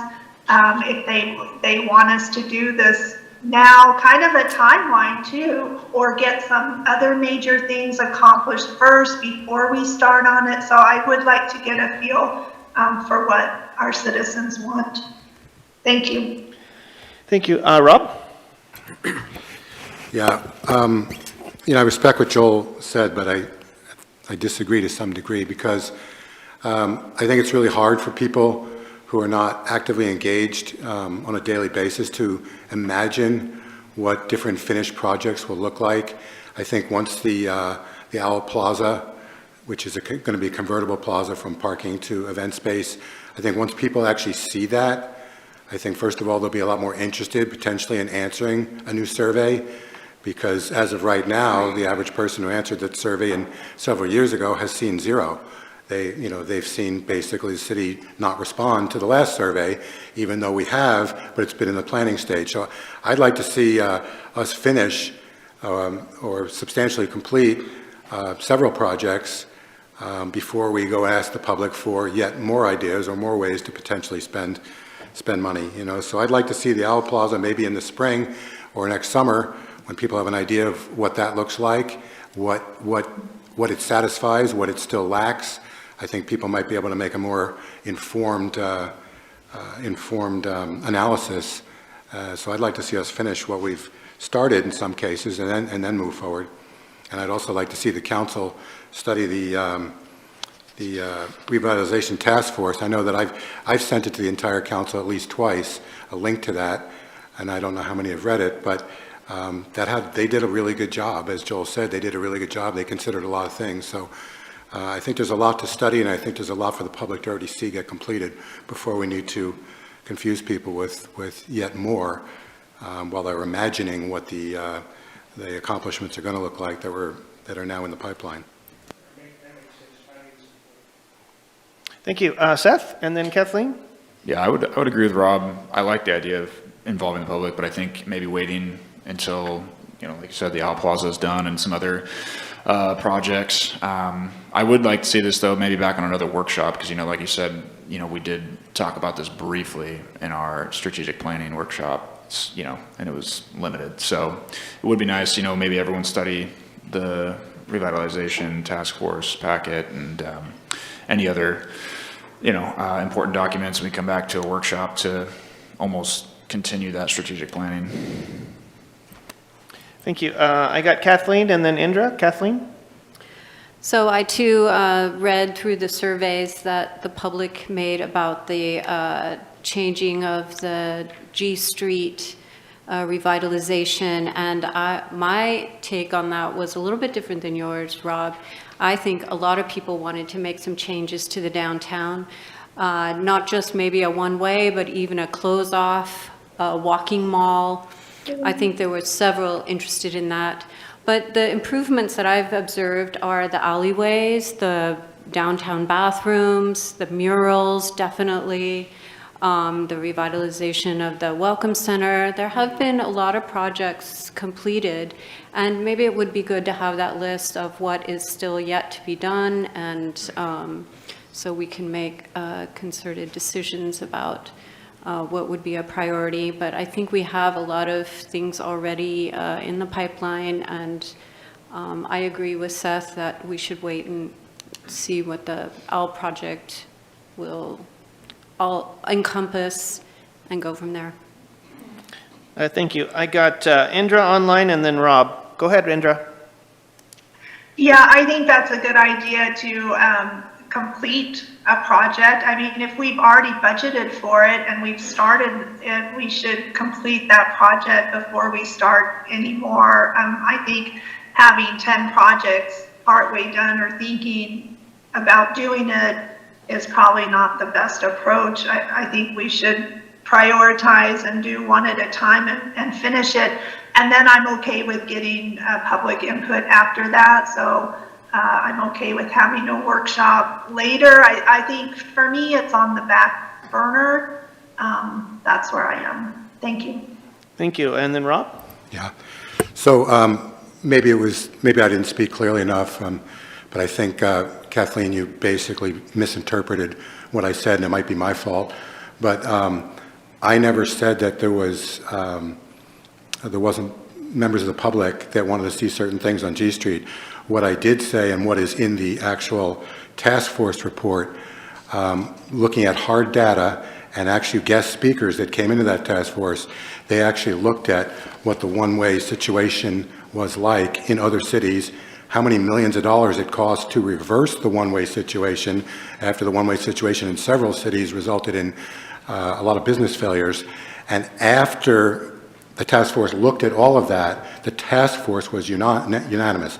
I didn't say the public was unanimous, but the public didn't actually see the data. The public didn't actually hear the guest speakers. But when the people on the task force actually looked at the data, they were unanimous. And that was the point that I was making, to be clear. All right, any further discussion or questions? All right, I'm going to ask you, Brad, do you have any clear direction from this conversation? I think we're good. we're going to do a packet of things related to this item and send it to you, a detailed line item breakdown of the costs, results of prior surveys, the CBD Vitalization Task Force, and then a list of what has been done, what's in process, and what hasn't been started, so that you can see those. So we'll put that packet together and get it out to you. Excellent. Does any councilor have anything else to add to that? All right, you have clear direction. Thank you, Brad. Next on the agenda, we have the topic of addressing homelessness grant request for proposal cancellation and issuance of a revised request for proposal. And Stephanie will take over for us.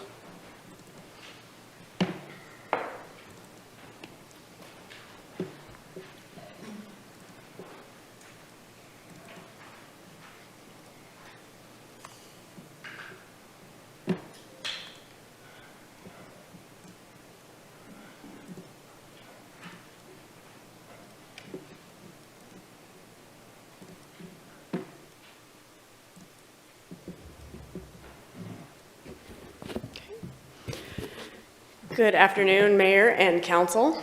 Back here before you to address the Homelessness Grant Program. I know things got very chaotic there at the end of last week with new information regarding the applicant's withdrawal, the recommended applicant. So we're here to address what that means and where the council wants to go from here. As we're aware, the applicant withdrew because, at least according to them, there was a mistake in whether or not the partnerships had been verified prior to submission of the application. I can tell council that I had spoken with the applicant prior to discussing contract terms and had been assured that there was a partnership in place. So I was very disappointed to find out that that had not been in fact verified. The other reason why we should be considering cancellation of the existing RFP at this point is that I think we're all aware of the politics that are surrounding this application. It's gotten very messy, this process. And I've been on both sides of grant applications before. I've been an applicant on behalf of a local government, and I've been a reviewer on a review panel evaluating and approving, and I've never seen anything that looked like this process before. Structurally and in writing I have, but not in the way that it's played out here in Grants Pass. One of the things that we've seen is a lack of experience by some of the applicants in not meeting requirements or having partnerships, and some of the lobbying efforts that we have seen outside of the established process. Those are things that you don't normally see in a grant proposal, and it's made this process much messier. So hopefully we can move forward and make things clearer for the community as well as for applicants in that process. So I'm going to start off with talking about grant cancellation. We do have the right to, or the ability to reject applications and cancel the current RFP. The recommendation is to do that with clarifications and additional expectations from the city laid out in writing, things that normally a grant wouldn't have to say in black and white, it would be assumed, but there are some things that we actually apparently do need to put out in writing. I have this slide on here twice because I wanted to start off with it in the beginning so that you have in your head some of the options that are available to you. You can direct staff to cancel the current RFP, reissue with additional and/or clarified requirements. You can direct staff to cancel the current RFP and schedule further discussion regarding the grant program or alternative options for meeting the city's needs. Or you can just direct staff in the panel to move forward with the current process. There would be no recommendation at tomorrow's meeting. The review panel would have to get back together to figure out what kind of a recommendation, if any, would be made. So there is no recommendation at this time.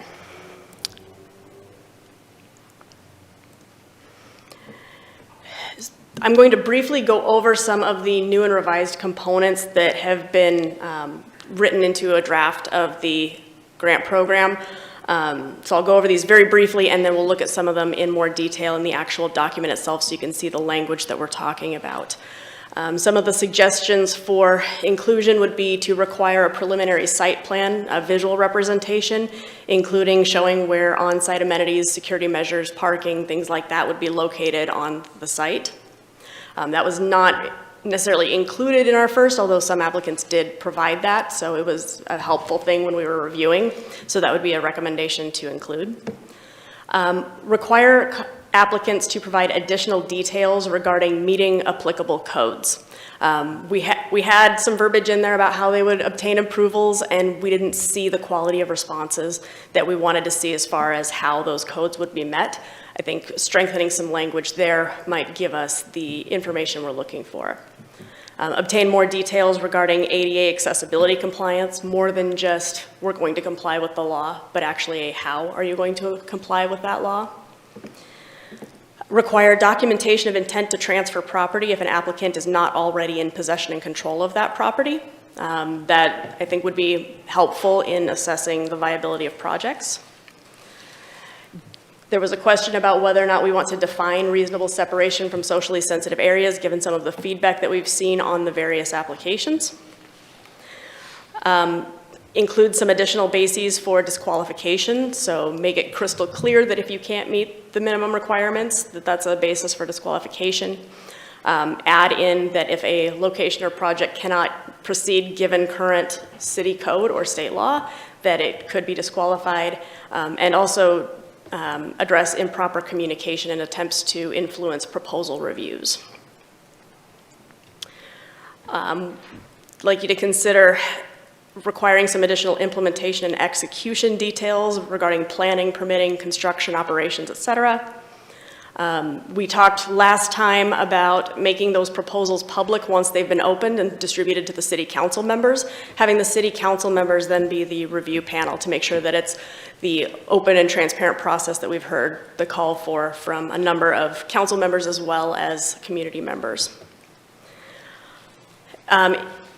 Increase the scoring in the narrative to have more focus on the site itself. So the location, the code compliance, community impact mitigations, things like that. Make that more equal with the operations section.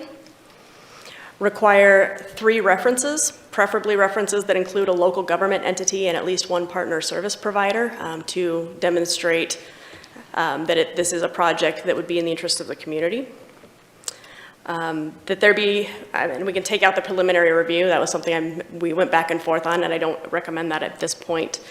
that city staff be given the opportunity to provide information to council regarding location and code compliance and whether or not there's concerns that a project would have hurdles or would not be able to be approved under current code, be able to provide you with that information prior to scoring. And have an applicant interview. So rather than trying to go back and forth if there's questions or get information, be able to have the applicants come in, make a short presentation, and then answer questions, and each applicant would be given that opportunity to speak with the council. With all of those things, then we would need to modify the scoring sheet, include those disqualifying factors so that it's crystal clear where an application comes from, reflect the new narrative questions, and have a cover sheet that includes an oath attesting to the truthfulness of the application contents. I didn't realize we were going to need something like that in writing. And acknowledgement that the information will be made public. So with that, I'm going to jump to our document. And I have, here we go. I know you're all familiar with this document, so we'll just jump to the areas I have highlighted. I've got three different colors of highlights. The yellow is just blanks that need to be filled in. We're going to ignore those. That's essentially when we decide on a timeline, we'll go back in and fill in those blanks. There is blue highlighting, which basically means that it's a revision of existing provisions, so just kind of an update cleanup. And green means it's something brand new. So we'll talk about those as we go through this. So we'll come back to the timeline after we get through anything else. One of the recommendations is to make it a hard number, not one of the areas where we had some questions and uncertainty was in whether or not in excess of the 1.2 million was appropriate to be requesting. We'd suggest that we make that a hard line and just pick a set number, whether that's the 1.2 million or a different number that council would decide on. And Mayor, would you like to go through each of these one at a time to discuss, or do you want me to go through all of it and then have people jump back to wherever they would like to? I don't know, let's just go through a brief summary and then then you can go back to each section. I think that's probably, let's just get a whole nutshell of it and then we'll go back line item by line item. Okay. If that's okay. All right, the next new section would be to include advising members that proposals are open for public inspection. Oregon law at this point says that we may keep them proposals behind closed doors until the notice of intent to award, but it's not a requirement. It does say may in the statute. So if we choose to, we could make them open for public. And if they're going to be discussed in a public meeting, as with the council as a scoring committee, I would recommend that we do that and make sure that everybody is on the same page that this information is going to be public once those proposals are opened. Under project requirements, I modified the language a little bit to make sure it was clear that shelters must provide or facilitate provision of optional programming. It's not just we're going to give you extra points if you do, but you really need to provide those things. So strengthening up that language a little bit.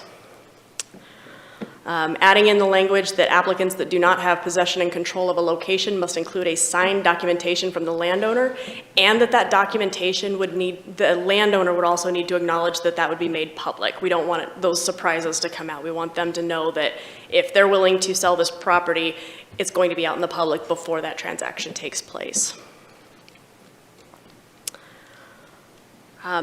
These are those additional disqualifiers that I talked about, failure to meet program requirements. So if you don't meet the basic program requirements of 150 capacity within 6 months, et cetera, you're disqualified. You just can't meet the city's basic needs. Unacceptable location, if a project cannot be cited given applicable code requirements, it would be a basis for disqualification, as would applicants that engage in improper communication with the decision maker or staff should be disqualified, and that would include attempts to influence review of proposals in any way or as otherwise described. And the reason for this is if you think about it as you have a decision maker, normally whether you have a judge or another form of fact finder, they're supposed to base their decisions on what's before them in the appropriate process and not those outside factors. And so having that information and having communications and lobbying basically outside of the grant process would make things even messier. So you want to make sure you've got an open, transparent process where everyone's able to give appropriate information, but it needs to be within the confines of the process to get that information. Can I just ask real quick, does that mean that the interviews would help with that process? Yes, the interviews would be part of the process, so you would have the opportunity to actually speak with them. And there is, I can't remember where I put it in the proposal or in the program, it does make it clear that you have the opportunity to submit your application, you have the opportunity for the interview process, and you can respond to any direct requests for additional information. You just can't, outside of the confines of the process, be lobbying or providing additional information that wasn't solicited.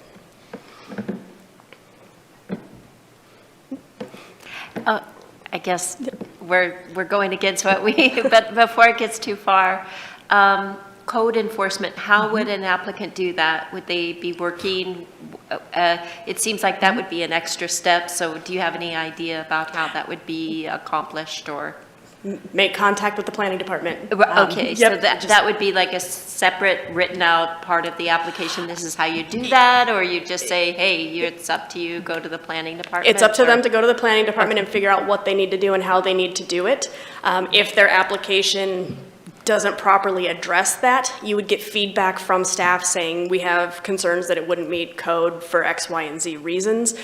They can always revise potentially and figure out how they're going to address those things, but at least council would have the information from both the applicant about how they plan to do it, as well as whether or not that seems reasonable under current code. All right, that's just clarifications. Added some statutory cite. The applicant cover sheet, this would require it to include an oath that all representations are true and correct, as well as an acknowledgement that all application materials would become public upon submission. So they would have to actually put a physical signature to those statements to make sure that everybody understands what our expectations are. I modified some points values just based on where questions kind of landed.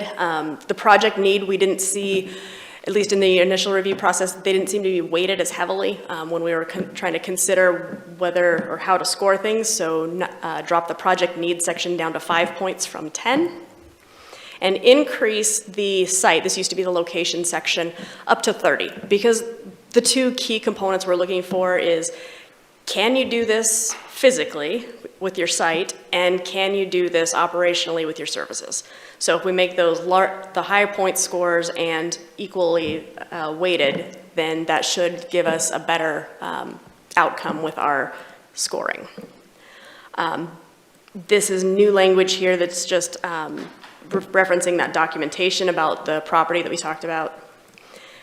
This is the piece that would add in providing a preliminary site plan that would include, show us where your housing is, your communal areas, your access points, amenities, parking, ADA, all of those things. Show us what it's going to look like so that we can actually picture it. It's not just a description.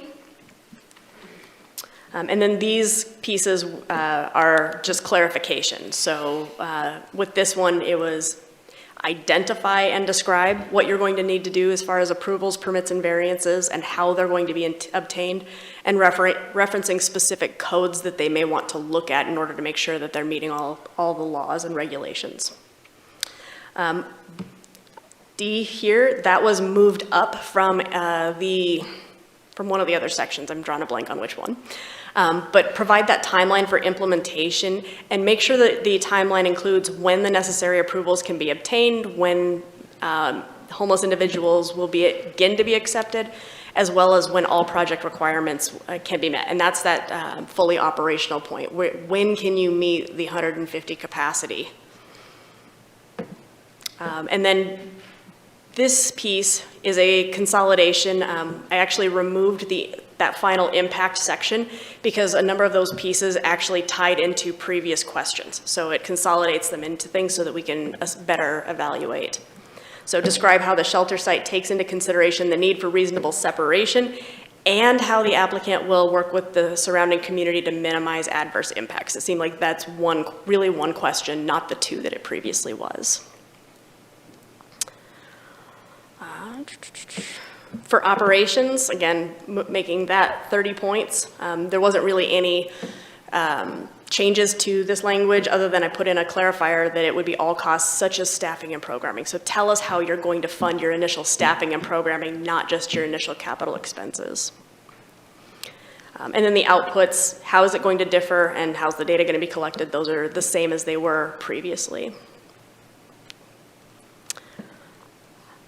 With the budget section, this is a consolidation. There used to be a separate question about how do they link the project activities, just moving that up into the line items. So tell us how much it is, what's the description, and how does that relate, all in one. So you don't have to have two separate sections where they're essentially addressing the same things. And no changes to the MOU, letter of experience. This section would require the references, so identify 3 references that can provide information regarding the applicant's success in providing services to homeless individuals, ideally including a local government entity and at least one partner service provider. So however they choose to provide those, but hopefully we'd be able to at least get those 2 in there. And then with the selection and award process, this is where we see some changes to how things were done before, because the way that this is played out kind of makes it clear that we needed to make some changes to how a process would normally take place. So applications would be opened and then scored by the city council. Information, and this was what I talked about before, information provided that is not part of the initial application, interview, or otherwise explicitly requested will not be accepted, distributed, or considered and may be deemed improper communication. So stick with the points where the city is actually asking for the information so it can make its decision. The review criteria, this is that summary. There's no changes to it other than adding the references. It's just updating the points that I talked about before. And then we have a lot of green. This section was essentially rewritten. The proposals would be opened at 4 p.m. on whatever date we decide they are due. And then they would be distributed to the city council, mayor, and relevant city staff. And relevant city staff are those that we need to make sure that we get feedback on whether or not this is viable, whether or not there's code considerations. So likely it would be fire, likely it would be community development, public works, those that need to potentially provide comment. City staff would then review and comment regarding location and project compliance. Staff would not be guaranteeing that a project would receive approvals. So they would simply identify areas that may prevent approval or identify if a project could not be approved under current code, but they wouldn't say, yes, this project would be approved if it moved forward. They can't provide that kind of a guarantee. And then that information would be distributed and city council members would complete their initial scoring during the proposal review period. The proposal review period would conclude with a workshop where applicants would come in and interview. They could answer questions, they'd give their presentation, answer any questions that you might have. After the interviews, then the council would, as a group, discuss those applications and scoring. You can always change your scores based on those discussions. That's the way I've always seen scoring for a grant done. And then your final scores would be established with the highest average final score that meets all program requirements moving forward to the contract period. So if council decided at that point, you could give an opportunity to revise proposals or provide supplemental information, which would extend timelines. But you'd at least have the ability to get all your information before setting your final scores. From there, we would move into contract preparation, where a contract would be discussed, prepared, and provided to the applicant for approval or revisions. And then this is the section about applicant contacts, which is potential applicants prior to the proposal deadline and/or applicants that have not submitted proposals prior to issuance of the notice of intent to award should not contact the mayor, city council members, or city staff about their proposal unless it's to submit questions or protests regarding the solicitation or to respond to direct communications from or engage in contract negotiations. So we have very specific reasons why they may be able to engage. We're not saying you can't engage on any other topic. They just can't lobby or provide additional information about their proposal outside of the formal process. From there, we'd move into the grant agreement being presented to City Council, and then the rest of the timeline would look very similar to what we had before. And I think that is all of the verbiage changes that I have in there. I do not have updates to the scoring sheet or any of the others because it kind of depends on where you go with the language in the program itself, and then the updates would be made from there. So I guess at this point, let's go back through each one and just get feedback and whether we proceed or not. Okay, go ahead. Okay. I guess the first one we had on there was the amount and having a hard number as opposed to a flexible amount. Any questions from council? Rob? So I just need to look at this from a little bigger picture right now.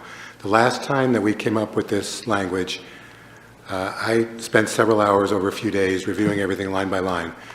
In all honesty, I can't tell you more than 3 things that you just told us. I mean, I need to see this document with the proposed changes, the before and after.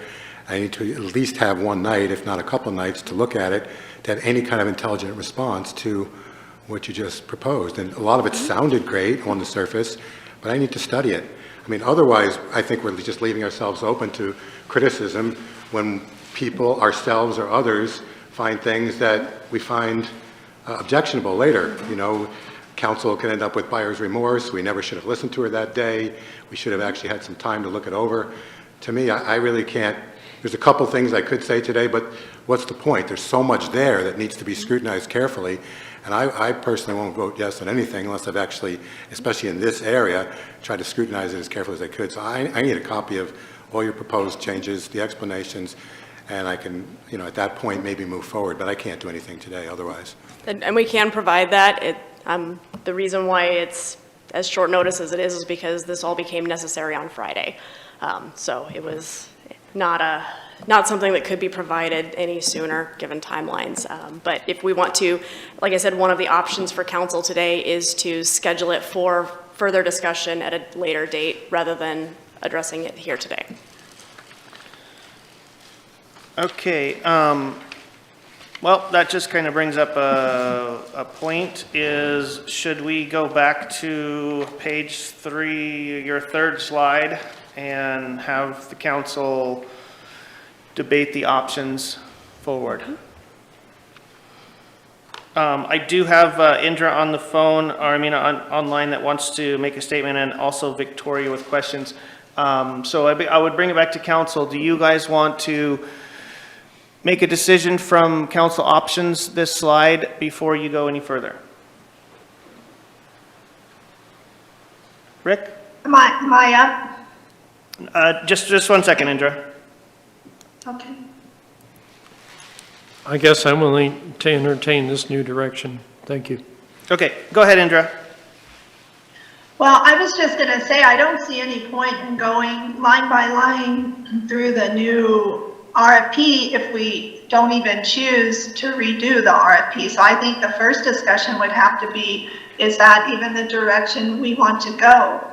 I think we should discuss that first before doing that. And then I agree, we would need time to look it over. But I'm also wondering on that number 2, the alternative. So we know 1 dropped out and we have 2 left. And so I'm wondering if we should even do an RFP. It was messy, and if we're going to bring it out into the public and have the council talk about it and review, and the public's going to see everything, would it be possible to just do an alternative option and not do an RFP and maybe speed it through a little faster, because I think people, you know, just want to, we've been making progress and just want to progress quickly to some kind of resolution with this, but do the right thing, you know, and make sure it's good in the same way that we've been doing it. So I'm just wondering, is it possible to take the 2 remaining, and then we do what you're suggesting? We get to look at their application and also the additional questions that you've brought up, Stephanie, here today, so they complete those. So there's an addition to their information they've already given us. We get all the information to review. It's all in public. I love the idea of, we can do that at a workshop where with them present, a representative of their organization present to answer any questions, and just really get a feel for these organizations and what they can do for grants passed. So I'm wondering if we can do that without doing the RFP and having that big timeline.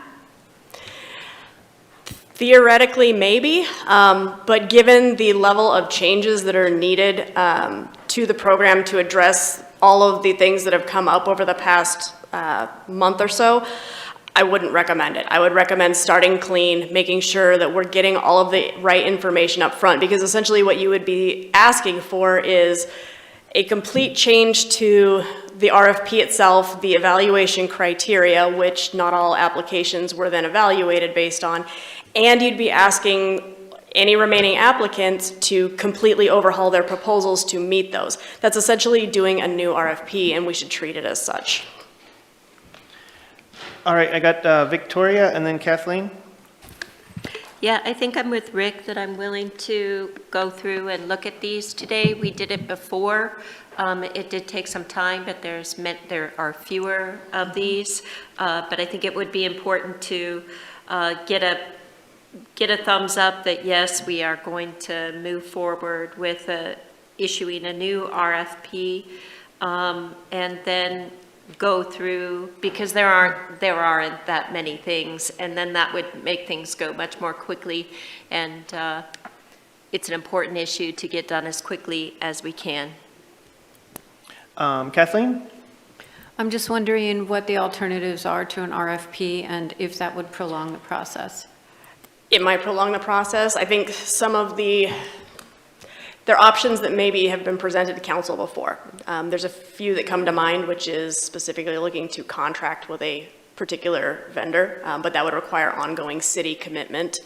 There are options of revising what we're going to do with a grant. There's other potential options, like I know the one that's been brought up before is the city purchasing property and then having somebody provide services on said property.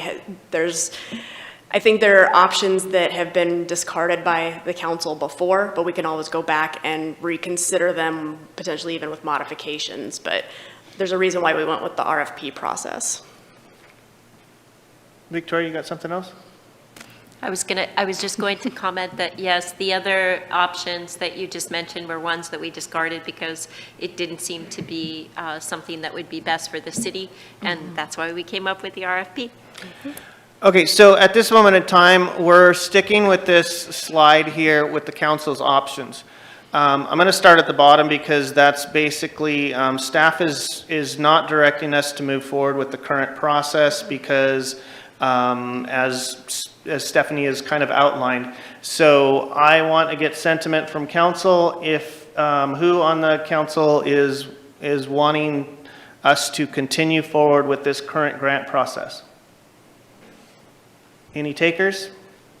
Okay, so we'll go back to the next two items on the options are to direct staff to cancel the current process or current RFP and reissue additional with clarifications.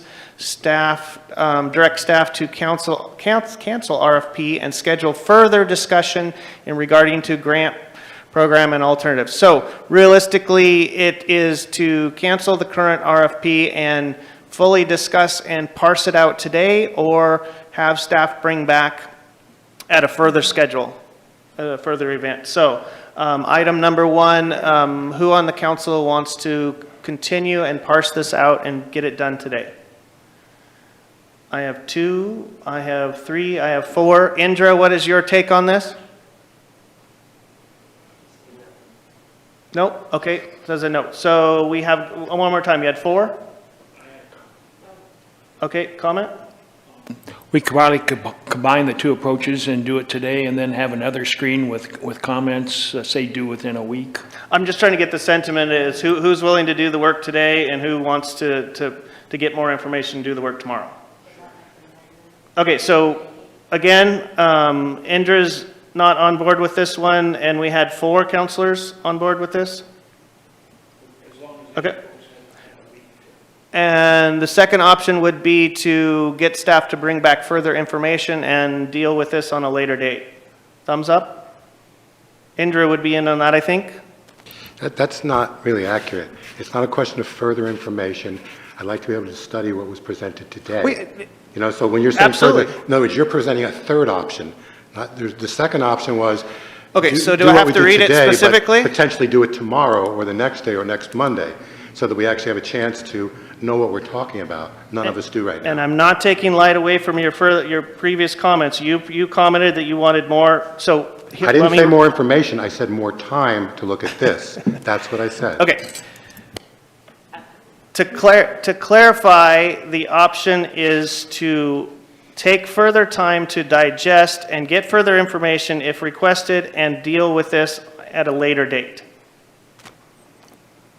And I would looking for a thumbs up for that. Well, I think Joel was kind of making a friendly amendment. Maybe he wants to voice that. Yeah, I think Joel was saying we want to go through it today, but then have people have time to see what we have gone through for a week or so. I just want to, Okay. and that was sort of like an amendment. I think that might be a middle ground for everybody. So I don't know if that's what he wants to do, but maybe he could say. Go ahead, Joel. Do you want to Excuse me. clarify? Acid reflux, not good. Yeah, so what we would do is capture the nuggets that we have today, and then give people the information, and if there's any other comments, provide those written back to you, and we can review them at a special meeting if we need to, and then go forward. But we need to capture the nuggets today, because I'm sure some people have some thoughts of what they saw. And different people think different ways. And if you just go one way and you cut off the people that think a different way, you don't get quite the quality of product. So I'm taking that as, would you guys be willing to continue with the discussion and give preliminary feedback on the topics that Stephanie has changed within the grant, and then take this out to a further date before you make a decision? Is that amicable with everybody? Okay, it looks like that we can, so if we can go back through and go line item by line item, we haven't made a decision that we are going to be Excuse me, going Clint. forward. Yes, Can sir. we have printed copies so we can all follow along? Do you have the ability to print this Otherwise, it's immediately? useless. Otherwise, I'm just having someone Yeah, read if a we bedtime could take a story. few minute break, I can We could take get a those. 5 Yeah. or 10 minute break and print some. Should have done that in the beginning, actually. Okay, so let's take a 5-minute breather and see if we can get, and realistically, I would kind of just, you do the highlighted items that we're going to discuss. I'll just do the narrative, Yeah. those few pages. So let's say we'll come back at 2:10. Okay?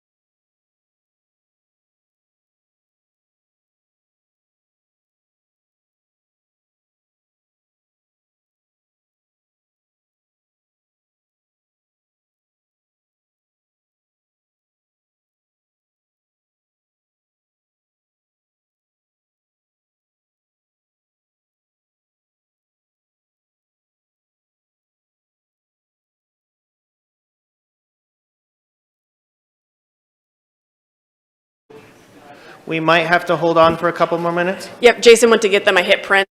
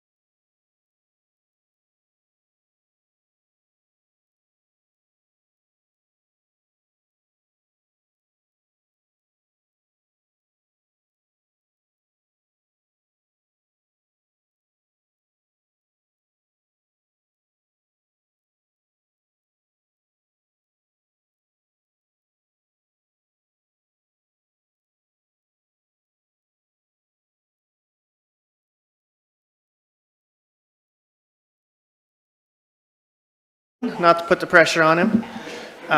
So we'll allow Jason to distribute the literature, and then we'll get started here.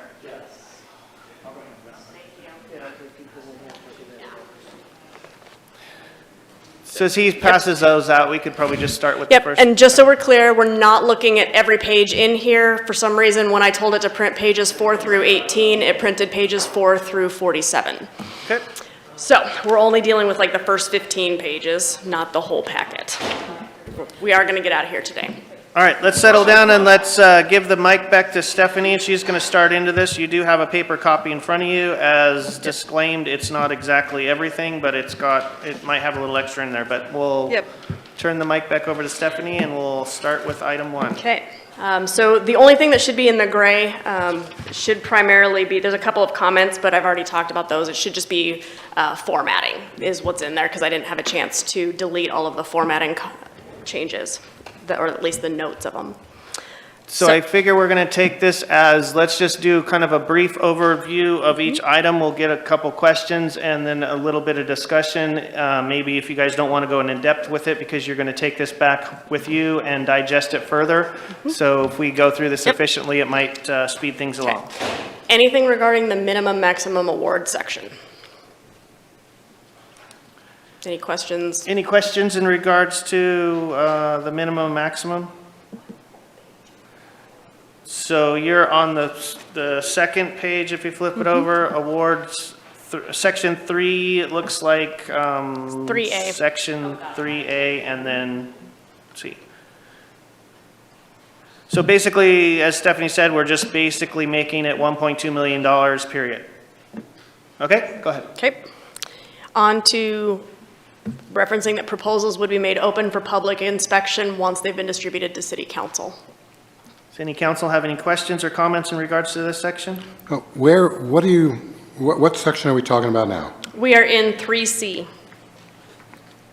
Page Should be the 5. green on the second page of your. I'm really sorry. It's really hard for me to read the red with the green over it, but I agree with Rob. It's Yep. a little I hard can't to see a parse thing, it out. quite frankly. And I'm not colorblind. Could you explain the process of how they'll be distributed to city council and then they'll be made public? This might be a little farther down, so stop me if it's a question that's going to come up later, but how do the proposals get to council? What's the process of them getting to us? Yep. They would be opened. We would immediately scan them and distribute them to the mayor, council, and the relevant staff. So it would be by email the same day that they were opened. I can't see shit. And with this process, is at that time that they would be published on our website or whatever and be public, or? I don't think we would go that far, Okay. but they would be considered open for public inspection. So a records request could be granted to provide the documentation unless there was some other exemption that prohibited us from providing them in their entirety or any portion of them. So if there was trade secrets, things like that, which we didn't see initially, but I'm never going to say, oh yeah, we can absolutely give all information on that one when Okay. there's a chance we couldn't. Thank you for the clarification. Any further questions in regards to this? All right, let's move along, and please stop me, any council member, if you feel that I'm going too fast. Okay, so the next section was a clarification that would essentially require shelters to provide or facilitate the provision of optional programming. This is a change, again, from making it just that you score higher if you do. This makes it a shall provide such services or facilitate such services. Okay. Okay. And I will send out via email a version that does not have the highlighting, so that you have a better version for doing this later. The highlighting, unfortunately, is difficult. The next piece is the applicants that do not have possession and control of the location at the time of the application have to include that signed documentation from the landowner acknowledging that they would transfer the property, as well as that the document would be part of public materials. Yes, Rick. So is there still the option that they could actually lease the site, or is that pretty much required they purchase?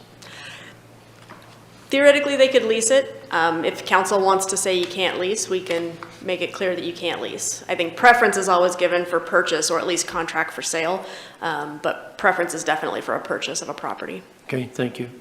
Victoria and then Kathleen? I'm somewhat worried about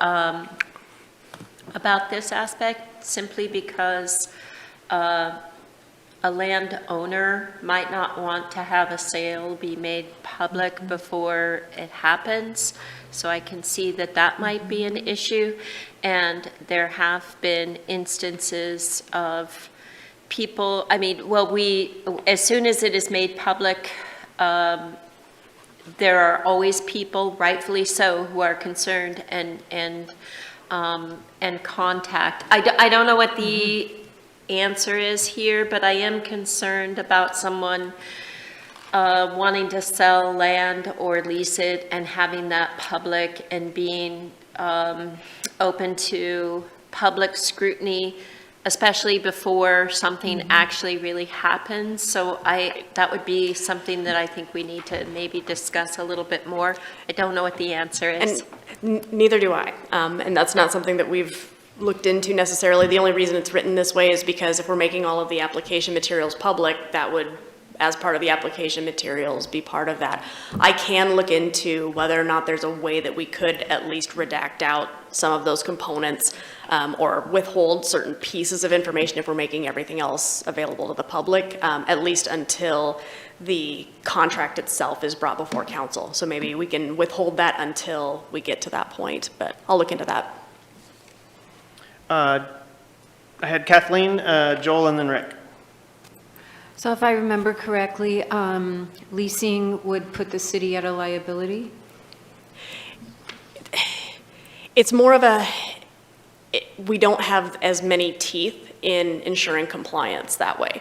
So if they've purchased the property, then we can write into our contract that if they don't follow through with all of our terms, then we have an option to purchase that property for a nominal amount and basically take over the project. If they're leasing, unless their lease includes that the city has some rights, then if they stop providing services, the property reverts back to the original property owner, and we have nothing other than a promise to repay the grant funding. So it's really a matter of just making sure we've got as many teeth as we can. Joel and then Rick? We got an email earlier this week, and it was a good point. I think I bring it up. We described land available that people can use in their proposal, except land owned by the city. And I remember I asked a question early on, can people propose city land to use for this in lieu of the grant?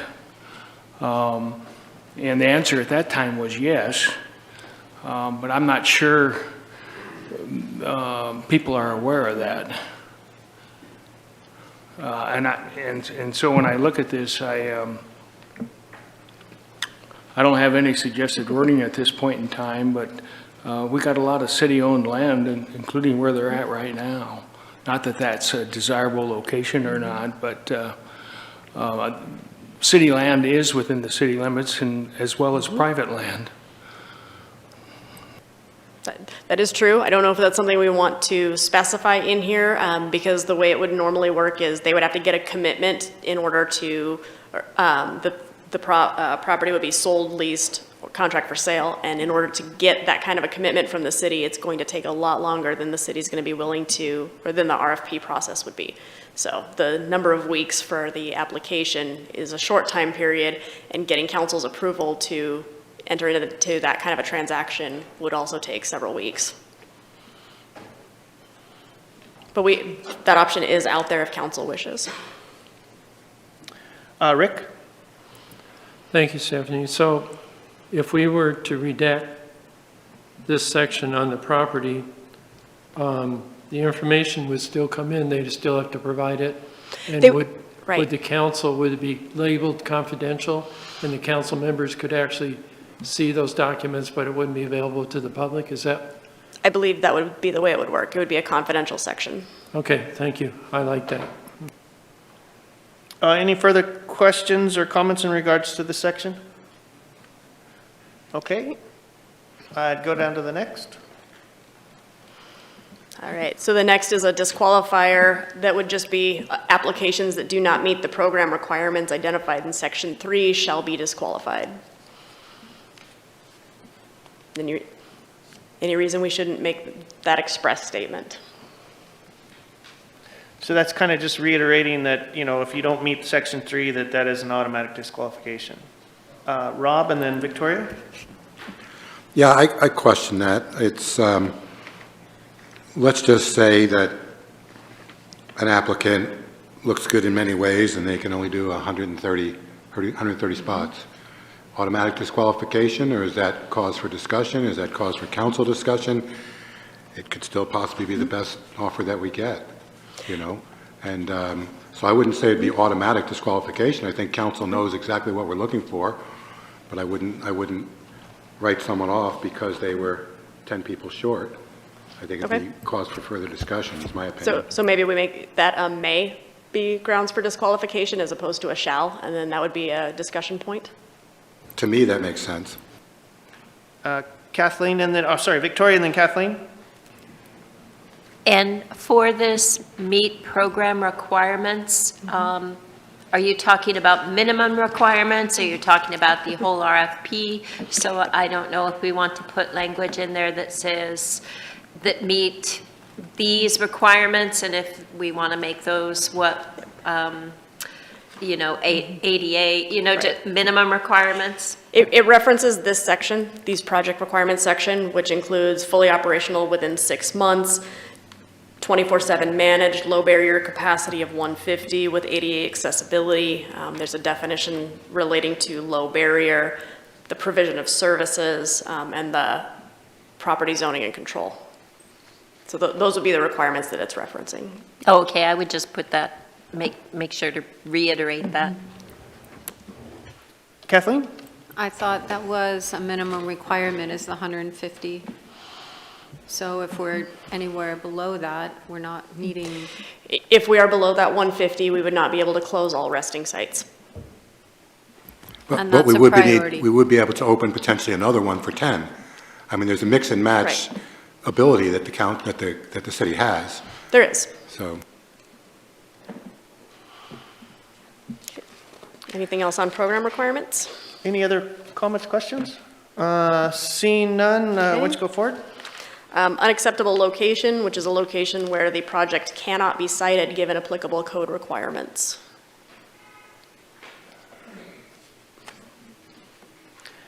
Any questions or comments?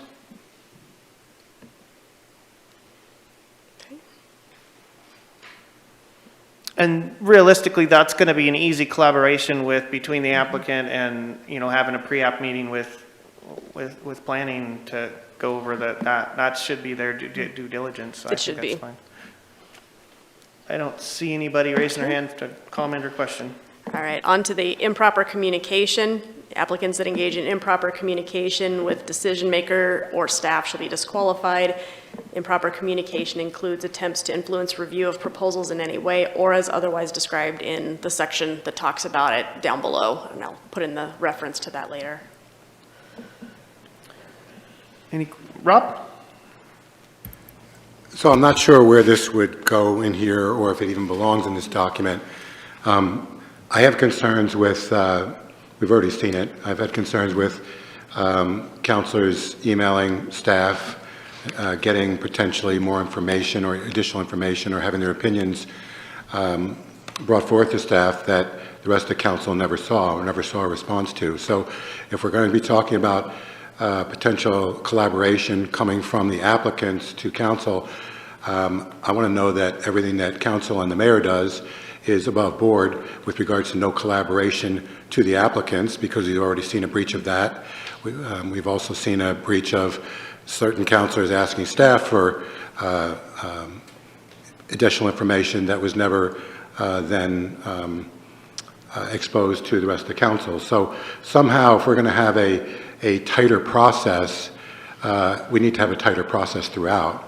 And again, where that goes or where it goes in, whether it goes in this document, but collaboration from mayor or councilors to the applicants, I mean, to me, whoever's involved in that shouldn't be able to vote. And again, I don't know if that's even legal, but we have a problem here that needs to be addressed, and it's not necessarily, and I don't know how to do it, and maybe you can have some suggestions. The only thing I can suggest is that council make sure that they understand that if we go this route, the intention is that all discussion about applicants and applications is to be in the public realm. That means it needs to take place in a public meeting. So making sure that you're bringing all of your questions, comments to those public meetings in order to ask them or have those conversations, and not try to have conversations outside of that process. So as long as you're doing that, I think that we are in the right field for making sure that the process is being done correctly. Joel? And to that end, then, we need to make a commitment that any information provided to one applicant is provided to all applicants. All applicants would receive the same And so if there's any information. update provided to one applicant, they need to be provided to all applicants, so everybody has the same information. Any further questions or comments? Seeing none? Okay. The next piece is, again, just clarification, making sure that it's clear about canceling, suspension, delay of the program, or rejecting all proposals in the city's best interest. That's just based on state statute. Again, referencing the solicitation protest state statute in there. So then the next section would be jumping down to 4D, the applicant cover sheet. This would require the applicant cover sheet to include an oath that all representations are true and correct, and an acknowledgement that all application materials will be public upon submission.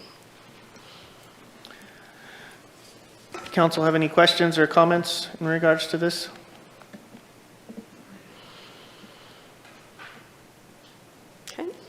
Okay. Okay. So then you'll see the points changes that are proposed here, as well as the pagination for the site section, because we would be including a number of additional components, make it consistent with what the operations section has. In 2A, it would have references the documentation from the landowner regarding intent to transfer possession or control, which we already talked about. Requiring the provision of a preliminary site plan with visual representation, including areas for housing units, communal areas, access points, amenities like showers, restrooms, laundry, kitchen, medical, pet, etc., parking, and ADA accessibility measures. We got Indra has a question, and I'm not sure if it was from the last one or what. Go ahead, Indra. Yes, it went up to the further up, sorry. Okay, so we had an issue. So what happens if they say that it's true, but it turns out not to be true? That was part of the mess. It was, I think, putting the actual oath on a document that they would have to sign would make them more diligent in making sure that everything that they put in there had been verified. Also, the publicity around what happened with this process would hopefully help with that. But having a signed document usually means a little bit more than just filling out the application materials. Okay, but it could still happen again. It can always still happen, yes. It would be a basis for withdrawing their application and removing their application from consideration. Thank you. Okay, so thank you, Indra, for that. And we just went over the part 2 of the E-narrative. Did anybody have any questions or comments in regards to this portion that Stephanie went over?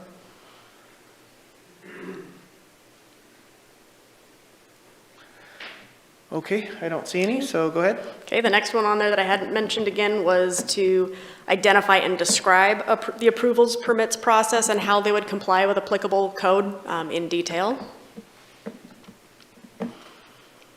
And then it's, Does that, if there is I would say idiosyncrasy in the ordinance, does that allow the opportunity to go for a variance or go for an exception? Or is it just clear cut? I mean, is there some wiggle room? I think the answer is it depends. It really depends on what the proposal is and how the code is written. So like it says here, identify and describe how necessary approvals, permits, and/or variances describe those that are required and how they will be obtained. So if it looks like a variance would be needed, they would have to explain how they would go about getting that variance. Okay, thank you. So the way I take that is realistically, we're prompting the applicant to do their homework on their site. And so basically I think it's just prompting them to do that homework for us. I just want to have a situation where if we, the council, are aware of it, say that situation, you have to have a blue door, doesn't apply. Yeah. Well, yeah, and hopefully it sparks the applicant to have that conference with the planning department, like they should be doing, so they can do their homework before they suggest a piece of property. Right. The next one is timeline for implementation, including when necessary approvals can be obtained and when the project will begin accepting homeless individuals and meet all project requirements. And that's if the funds are available on whatever date we set as our timeline. Any questions or comments? Seeing none? Last one in this section is to consolidate in how the applicant will work with the communities surrounding the project location to minimize adverse community impacts in those socially sensitive areas.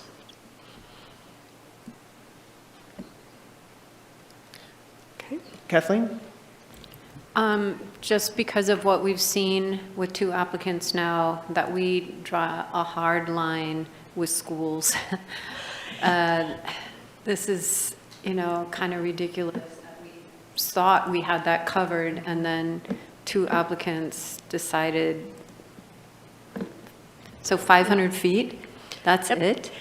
So look at all the red. If you put a 500-foot buffer from schools and daycares, that's less than 1/10 of a mile. So if you start expanding that buffer out, you're going to take up a lot of potential space.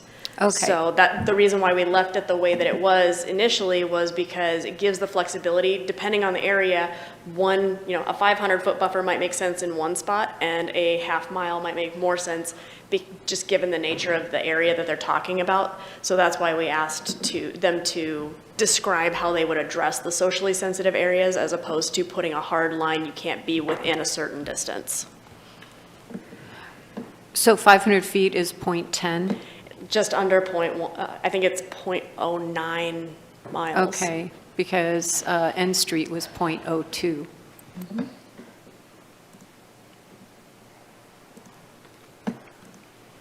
Any further questions, comments? Okay, seeing none? Okay. This would just make the operations consistent with the siting. And since we moved the timeline question out of outputs, it reduced the points value for the outputs. And then the impact section was consolidated into those other sections that we already talked about.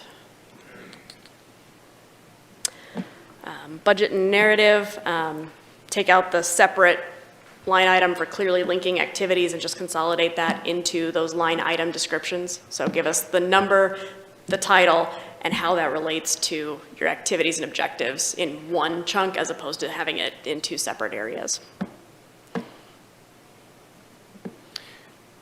Any comments, questions? Seeing none? Okay. And then we can skip through the MOU. The only thing that we put in here for the letter of experience is up it to 3 pages. I think most of the applicants were just barely in the 2 pages. It might be nice to see a little bit more expansive ability for them to describe their experience. Then the next piece, that new piece on references. So they must identify 3 references that can provide information regarding their success in providing services to homeless individuals, ideally including a local government entity and at least 1 partner service provider. Go ahead, Joel. So those references then are going to be part of the application packet and part of what we can rate things on? Correct. Okay, thank you. Yep, you can use that information to make your scoring decisions. Let me rephrase that. I think the way that I've got it set up right now, and we can change this, is that the reference checks would be done as part of the contract process. So when council says this is the applicant we want to move forward with, then we would check references and figure out the terms of a contract to bring back to council. So it would be used to determine whether or not to approve a contract as opposed to in your scoring, unless you wish to do it differently. I've never done it that way before, and I've done a lot of these. We treat all applicants the same, and those references are part of who we select for the job or who we select as a successful application. And to not do that and just do it on the successful after the fact, I think sets us up for, could set us up for failure. We can set up a reference check process. We can potentially discuss some standardized questions that we ask of all references and do that during that staff review process, where there can be a formal form that's filled out, and then Right. that information is provided to council, just like the staff reports. Right, but that needs to be done before we decide on our top applicant. Okay, we can do that as part of the scoring. Yeah. Any other questions or comments in regards to references? Rick? I fully agree with what Joel is saying, and I think that's, Stephanie, I really appreciate you offering this. Any further questions or comments? Okay, seeing none, go ahead.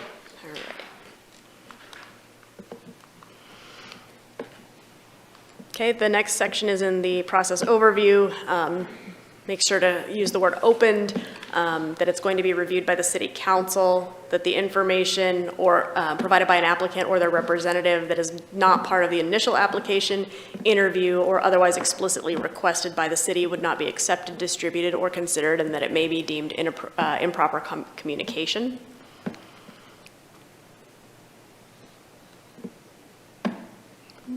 Any questions or comments?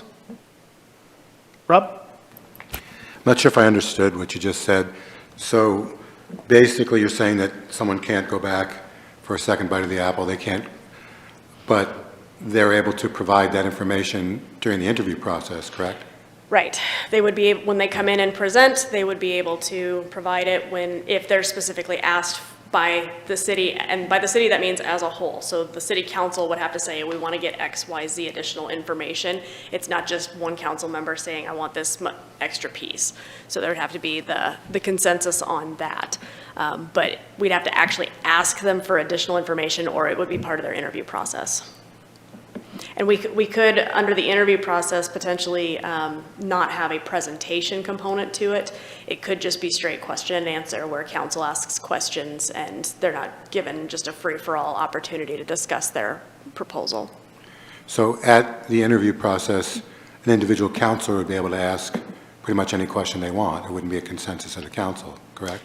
Correct. The counselors would be able to ask questions related to the proposals. Any further questions or comments? All right. Then this is just updating the components and the points possible based on what's done before. The proposal opening and review period. Proposals would be opened and then distributed to the city council, mayor, and relevant city staff. Staff would review and comment regarding location and project compliance with relevant code. There's no guarantee that they would not guarantee a project would receive approvals, but would identify areas that may prevent approval, or if it's clear that a project could not be approved. And then there would be some initial scoring that you would do prior to coming into the meeting with the applicants. And based on earlier discussion, I would include in this section that that's where the reference checks would take place. Rick, and then Victoria?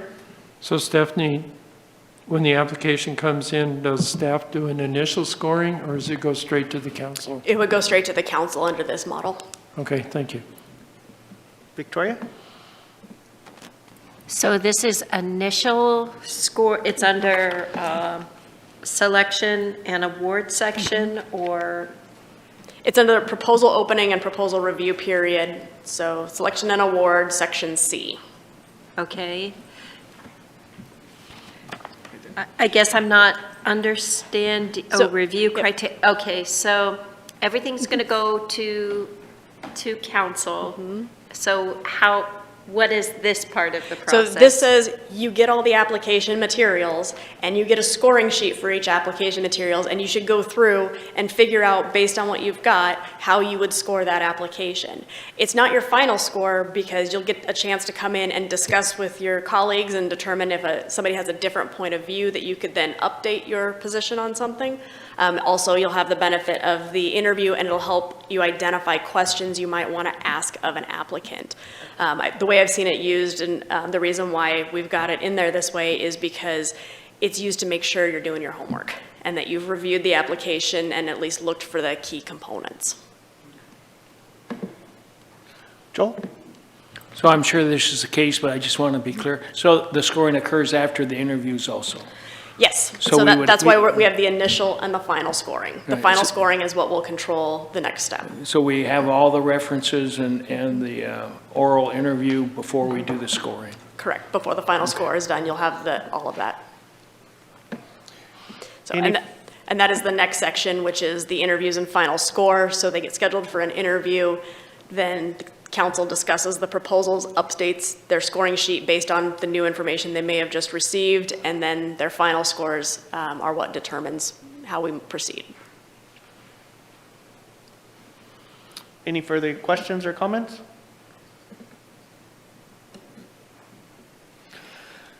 Oh, I don't see any. Okay. Contract preparation, once we know the final score, then we move into contract preparation. I'll remove the references would be contacted here, since we're going to do that earlier potentially. And then it would just be the preparation of a draft grant agreement that the applicant is okay with, that would then come back to council. Any questions or comments? I don't see any. Okay. The details, the next section in F is the details about applicant contact, and the, excuse me, that potential applicants before the proposal deadline or applicants that have submitted proposals prior to the issuance of notice of intent to award should not be contacting decision makers regarding their proposal unless it's to submit questions as allowed by the grant. They get submitted to one particular place. The answers to those get posted as part of the grant itself, or to lodge a protest regarding solicitation, or to respond to any direct communications from or engage in contract negotiations with the city attorney. So if they're being told, we need this additional information because council has said we want this additional information, then they may provide that information. Anything else may be deemed improper and may result in disqualification. Any questions or comments? Yeah, yes. Indra, go ahead. That might be a good place to put in what Rob brought up earlier. The other way around is that the mayor, city council members, or city staff communicating with the applicants.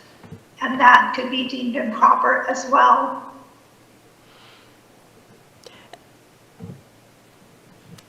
Because we're aware of that happening.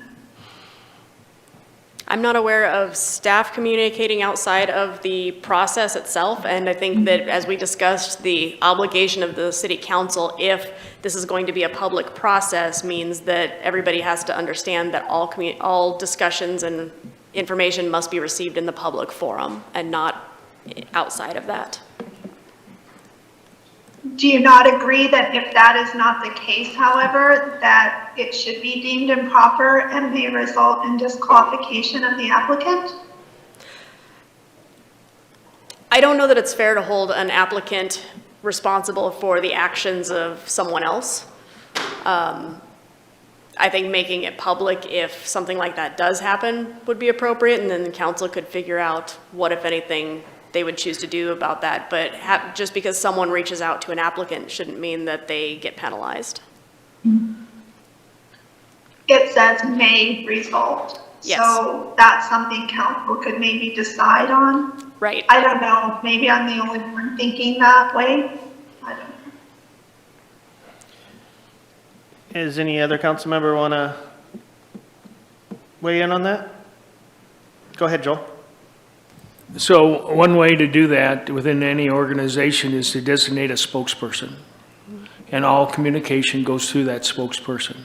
And that might not be a bad idea, just to keep us from blundering into it, all the communication with any of the applicants goes through one person. And so if somebody comes up to me and says, well, what about this? I said, well, you need to contact.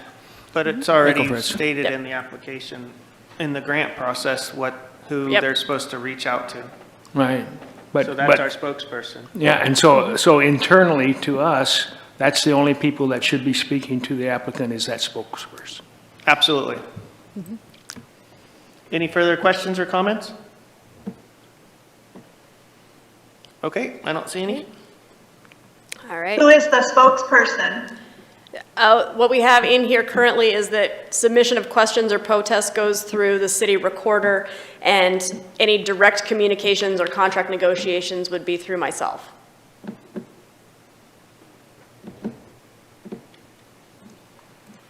Okay. All right, the next section is on the notice of intent to award contract. This is just a clarification that it would be, once we get through with making sure we've got contract terms that are agreeable to both sides potentially, then it would be presented to the city council at a meeting. And that is the last substantive change in the program.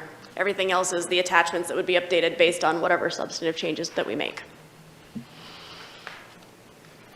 Okay, thank you, Stephanie. Does any counselor at this time have any further questions in regards to something that we've discussed in the presented changes? Rob? So when you give us a copy that doesn't have the different colors involved? Yes. Is it still going to be clear what your, what the changes are?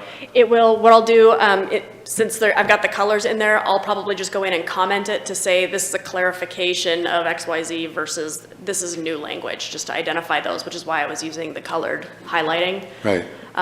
So I'll make those changes and I'll get rid of the formatting changes that are identified there to clean it up a little bit and make it easier to read. So basically, we'd be black on white. You'll get the red line version. Red line It just version, won't thank have the yellow, blue, and green highlighting. Great, thank you. Any further questions? All right, I'll bring it back to council for any further discussion. Rick? Stephanie, I really like the document you revised here. I think it's excellent, and I think it will really help us go forward with the process. Thank you. Any further discussion? Kathleen? Well, I just had a comment, and I just wanted to say I am grateful to the applicant who came forward and admitted that they were not in compliance and had integrity to do that, because that was necessary, and I just want them to know that. Any further comments? Okay, did you want, I mean, I don't remember, did you go over the timeline and all that stuff too? We didn't go over the timeline because you want to schedule additional discussion, which will throw off the timeline slide. Okay, So understand that. I guess the question is, when do we want to come back for further discussion? Yeah, that would be the question. And then when can you distribute this clean version out to counselors? Before 10 a.m. tomorrow. Okay, so within the day. And then obviously, Rob, I'll bring back to you. How much time do you think you want to digest this, or what's a good recommended timeline? I probably would just need an hour or so, but, so can you present us with a printed copy like tomorrow, or rather than electronic copy? Yep. Both would be good, but a printed copy would be great. Yes, if you want a printed copy, I can have those available by 10 a.m. tomorrow as well. Okay, thank you. Just let me know if you want to print one so I can make sure I print the right number. Well, Is that I want one. Okay. Thank you. Yeah, let's see. All right, one for everybody. Got it. Yeah, that's a good. So with that, this is our week for workshop and meetings. So if you all can digest this within the next couple of days or whatever, obviously that's going to push us into a special meeting schedule. You think you can do it by tomorrow night? I think we can do it by tomorrow night. Rob? Yeah, I can do that. Thank you, Rob. Okay. All right, so if we can keep this on the agenda for tomorrow night, then I can be- we'll require feedback. Any comments or questions from counselors need to be in Stephanie's inbox by when? 4 o'clock to give me sufficient time to. Okay, so if you research guys get the needed. document printed by tomorrow morning, can you guys get back to her before the end of the day? And I will try to have it ready by 8 a.m. I'll put in an email if the print copies are ready by 8 a.m. Okay. I was raising my hand to say I think we could do it tomorrow. I don't need a printed copy. It's okay online for me. Okay. All right, any further discussion? If not, Yes. yes, go ahead, Indra. Stephanie, I just want to comment again. Thank you for all your work, but I guess I just want to comment on the length of the process and doing it over. And I really don't have much confidence in it not being a fiasco again, because people went out of their lanes and the misrepresentation. And I'm really concerned about the length of time. So keep in mind that this unmanaged site has been in my ward for 8 months, approximately, unmanaged. And so, I mean, it's a big deal to redo the RFP and push it out 2 more months. And so my question again to you is, you don't recommend, I mean, do we have to do a formal RFP process? You said you don't recommend not doing it that way, but can we do a more informal one, that not RFP, but an informal process, since we have 2 candidates that we know of, that would be much quicker to get going? Is it legal to just do an informal process and choose one? Or not? I mean, we might not choose any when we hear from both of them. We don't know, but I just to get it going and hear from them and analyze the information more quickly. Is that not a legal thing to do? I think given the way that the last couple of months have played out, that would be risky. And we should stick with a formal process. We know we have at least 2 interested applicants. They will hopefully update and address some of the concerns from their applications and be able to submit applications that will get the scores to lead council to a new recommendation. I think it's risky to do anything else if we're going down the path of giving money to a provider. How is it risky specifically? Because we just had a process where we gathered a bunch of information and we had problems with the applicants, and instead we're going to potentially look at a more behind the scenes process than we had before.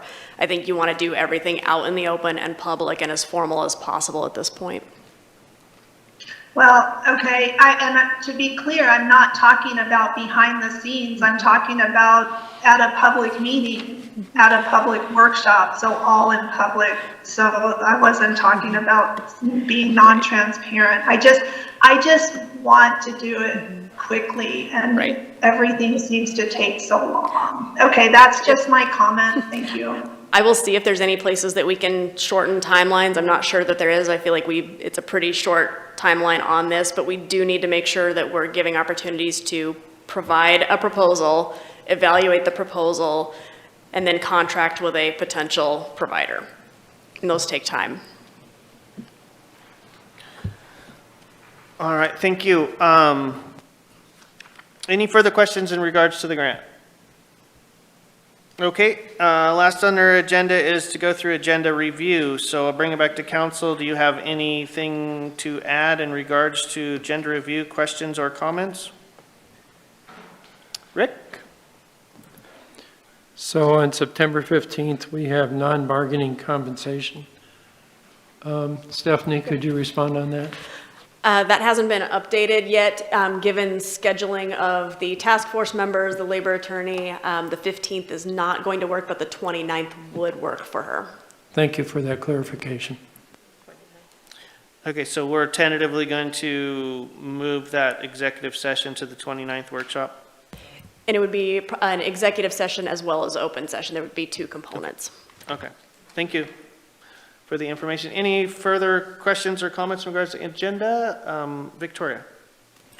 Yeah, we had a resolution talking about lobbying, and I'm not sure that that made it onto the agenda. I am looking here, and maybe I have missed it. So if it is not, I want to make sure that that makes it soon into, onto the agenda. There were many people, all of us, I think, received, we got a lot of feedback about that, and so I think the public would like to weigh in on that, so I think it should be during a meeting, or maybe it needs to go to a workshop first, and that's fine as well, but I want to make sure that that is soon put on the agenda. September 3rd, too crowded? So basically, it's on the back of the agenda and items that need to be dealt with. And I believe there was a scheduling, we were trying to get scheduling. Yeah, but Before I we think what Councilor may be talking about is standard operating procedures for legislative advocacy. Yes. Oh, I'm sorry. Yeah, so that just needs to be either scheduled for either a workshop or a business meeting based on what council would like to do. If it was going to be straight to a business meeting, I'd say maybe we just start with a memo saying here are the suggested standard operating procedures, and you can move to a business meeting. Or if you'd like to have a workshop discussion on it first and then move to a business meeting, those are the two ways I'd look at approaching it moving forward. I would say just whichever would be more timely, and it sounds like the first option The would be. first one probably will be more timely to where Okay. I just provide a memo of the suggested SOPs, and then we schedule it for a future business meeting. Okay, yeah, I would like to do that. Thank you. Perfect, thank you. Any other comments or questions in regards to agenda? Staff have anything? Okay, all right, I think we're done then. I will say this workshop is over and done with, and thank you very much for your time. I think we did good work today.